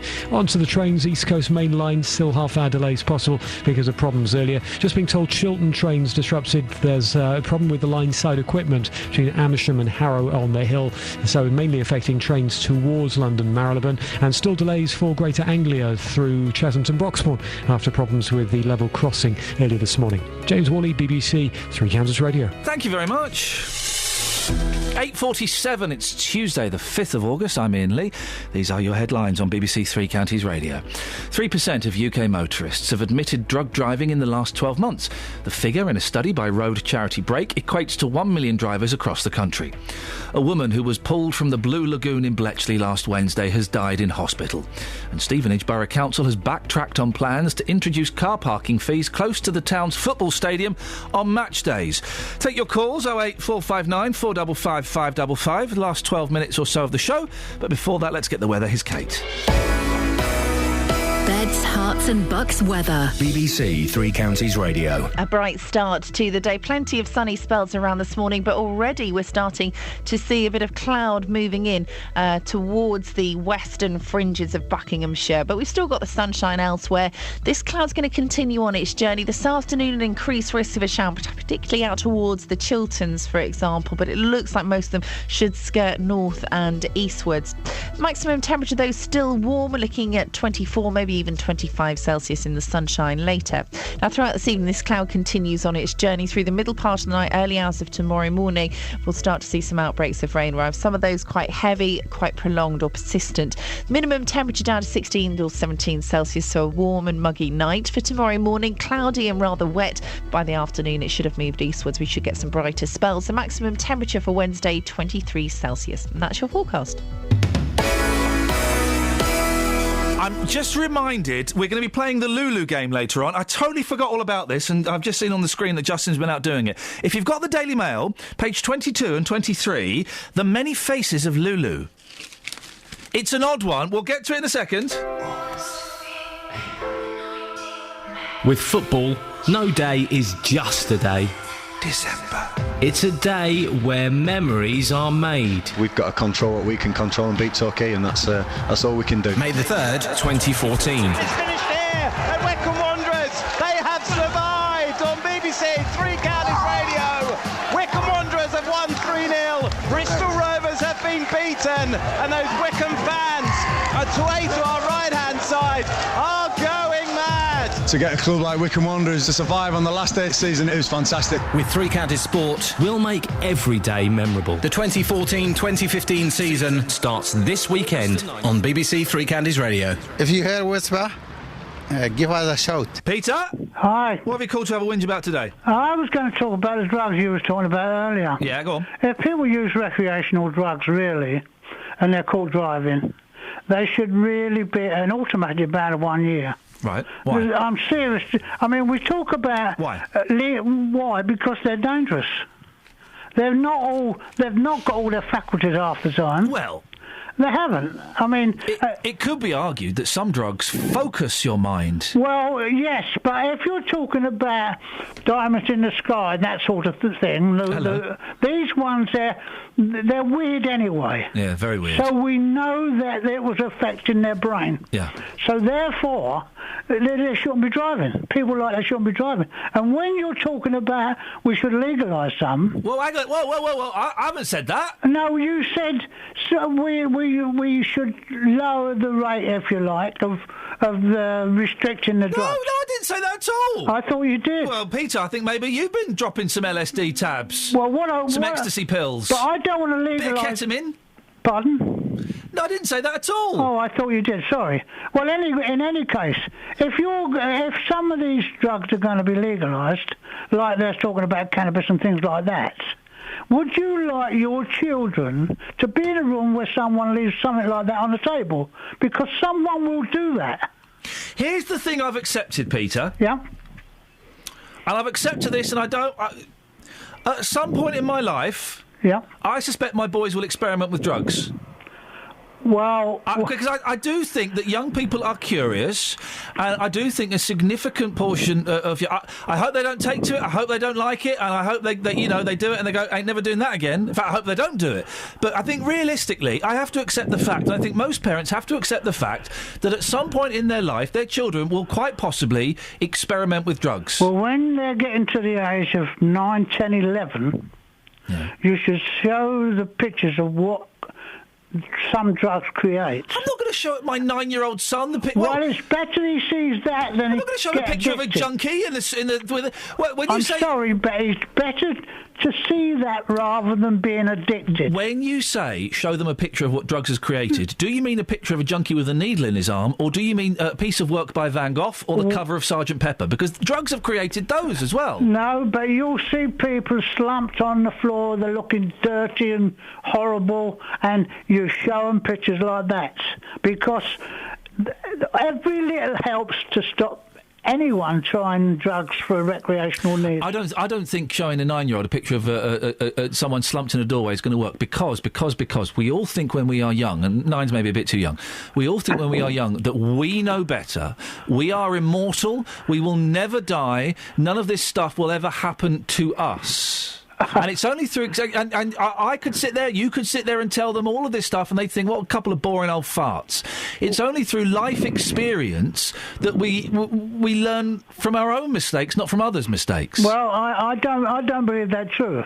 Because, I mean, I come from basically a fairly long way back. Yeah, I know, you're an old man. And I know that when, if you like, Hitler was trying to kill us, I knew he was trying to kill us. What? And from a very young age, I knew people were bombing us to try and kill us. Yeah. And because I knew that... What's that got to do with Special K or acid? What I'm talking about is children are more knowledgeable than you think. Oh, I know they are, but they're also very curious. They are curious. But then you turn around to them and say, this is the consequence. I don't think they listen, Peter. Well, if you get to them fairly young, they do. I mean, not every family has people who are addicted. It's only people who are reasonably weak get addicted, unless they're uninformed. Peter, listen, you've opened up a whole can of worms. I wish we'd spoken earlier. Only the weak get addicted. Having... several friends who have been addicts, who are addicts. I don't think it's a weakness. I think it's recognised by the WHO, not the rock group, the World Health Organisation, as a disease. But Peter, thank you. Justin! Morning, boss. Morning, yeah. Justin. Hey, I'll tell you what, boss, I've got a quick 30-second story on drugs, actually. Okay, linked into what you were saying there. When I was at school, yes, one of our teachers did a talk about drugs. Sadly, his brother had died from drugs. It was a very, very powerful speech that he gave and a presentation as well about how not to get involved in drugs. A week later, somebody had drugs in the school. Yeah, of course. So, you know, kids, yes, you can tell them what you want to, but at the end of the day, people are curious. And the people... So, I don't know what the percentages are, but maybe if you've got 30 kids in that class, the same number of kids that were never going to take drugs were never going to take drugs. The same number of kids that were always going to take drugs were always going to take drugs, with maybe one or two kind of changing their mind. But generally... You know, listen, I remember being young. I was never going to die. I was never going to get old. I was invincible. You know, facts are kids will always take drugs. You can talk to any expert you want to, but children will always experiment, and parents, unfortunately, have to wake up to that reality, don't they? Justin! Lulu! Lulu, yes! Lulu. 50 years of Lulu. Oh, man alive, 50 years of just wonderful, strange, slightly stroppy beauty. I've worked with Lulu, man alive. She likes to call the shots. She's a very nice lady. She is a nice lady.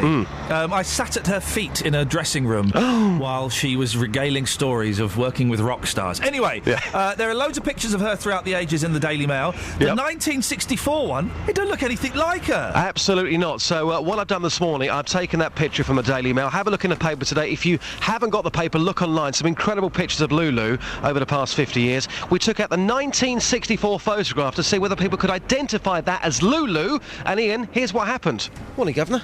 Playing Guess the Celebrity. Who do you think that is? No idea. Pop singer. Pop singer? Yeah. Oh, Adele. Adele? Somebody like Adele. I mean, to the 60s, mate, The Who and the Beatles and the Stones and that kind of stuff. If she was Dusty Springfield, I'd know who she was, really? Or Cilla Black.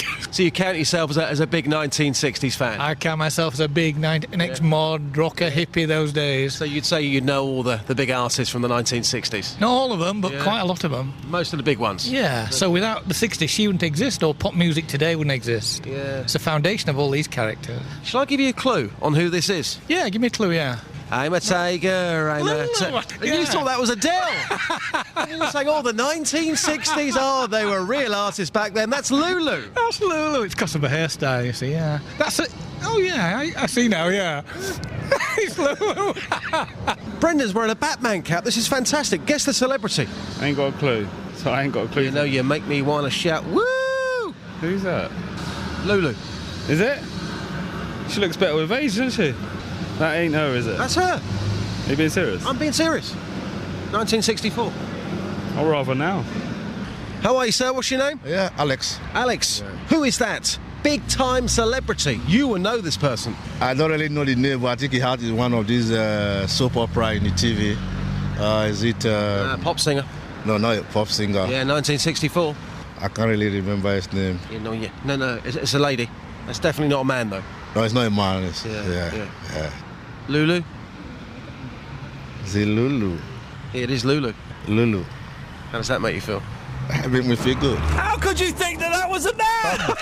And the first man, that's a girl, without a doubt. That was brilliant. Incredible, isn't Justin, excellent stuff. Thank you, boss. Speak to you tomorrow. Cheers, boss. For anyone interested, in reverse order for me, it's if you've got the pictures of Lulu, it's 1968, 1973, and then 1999. Travel news for beds, cards, and bugs. BBC Three Counties Radio.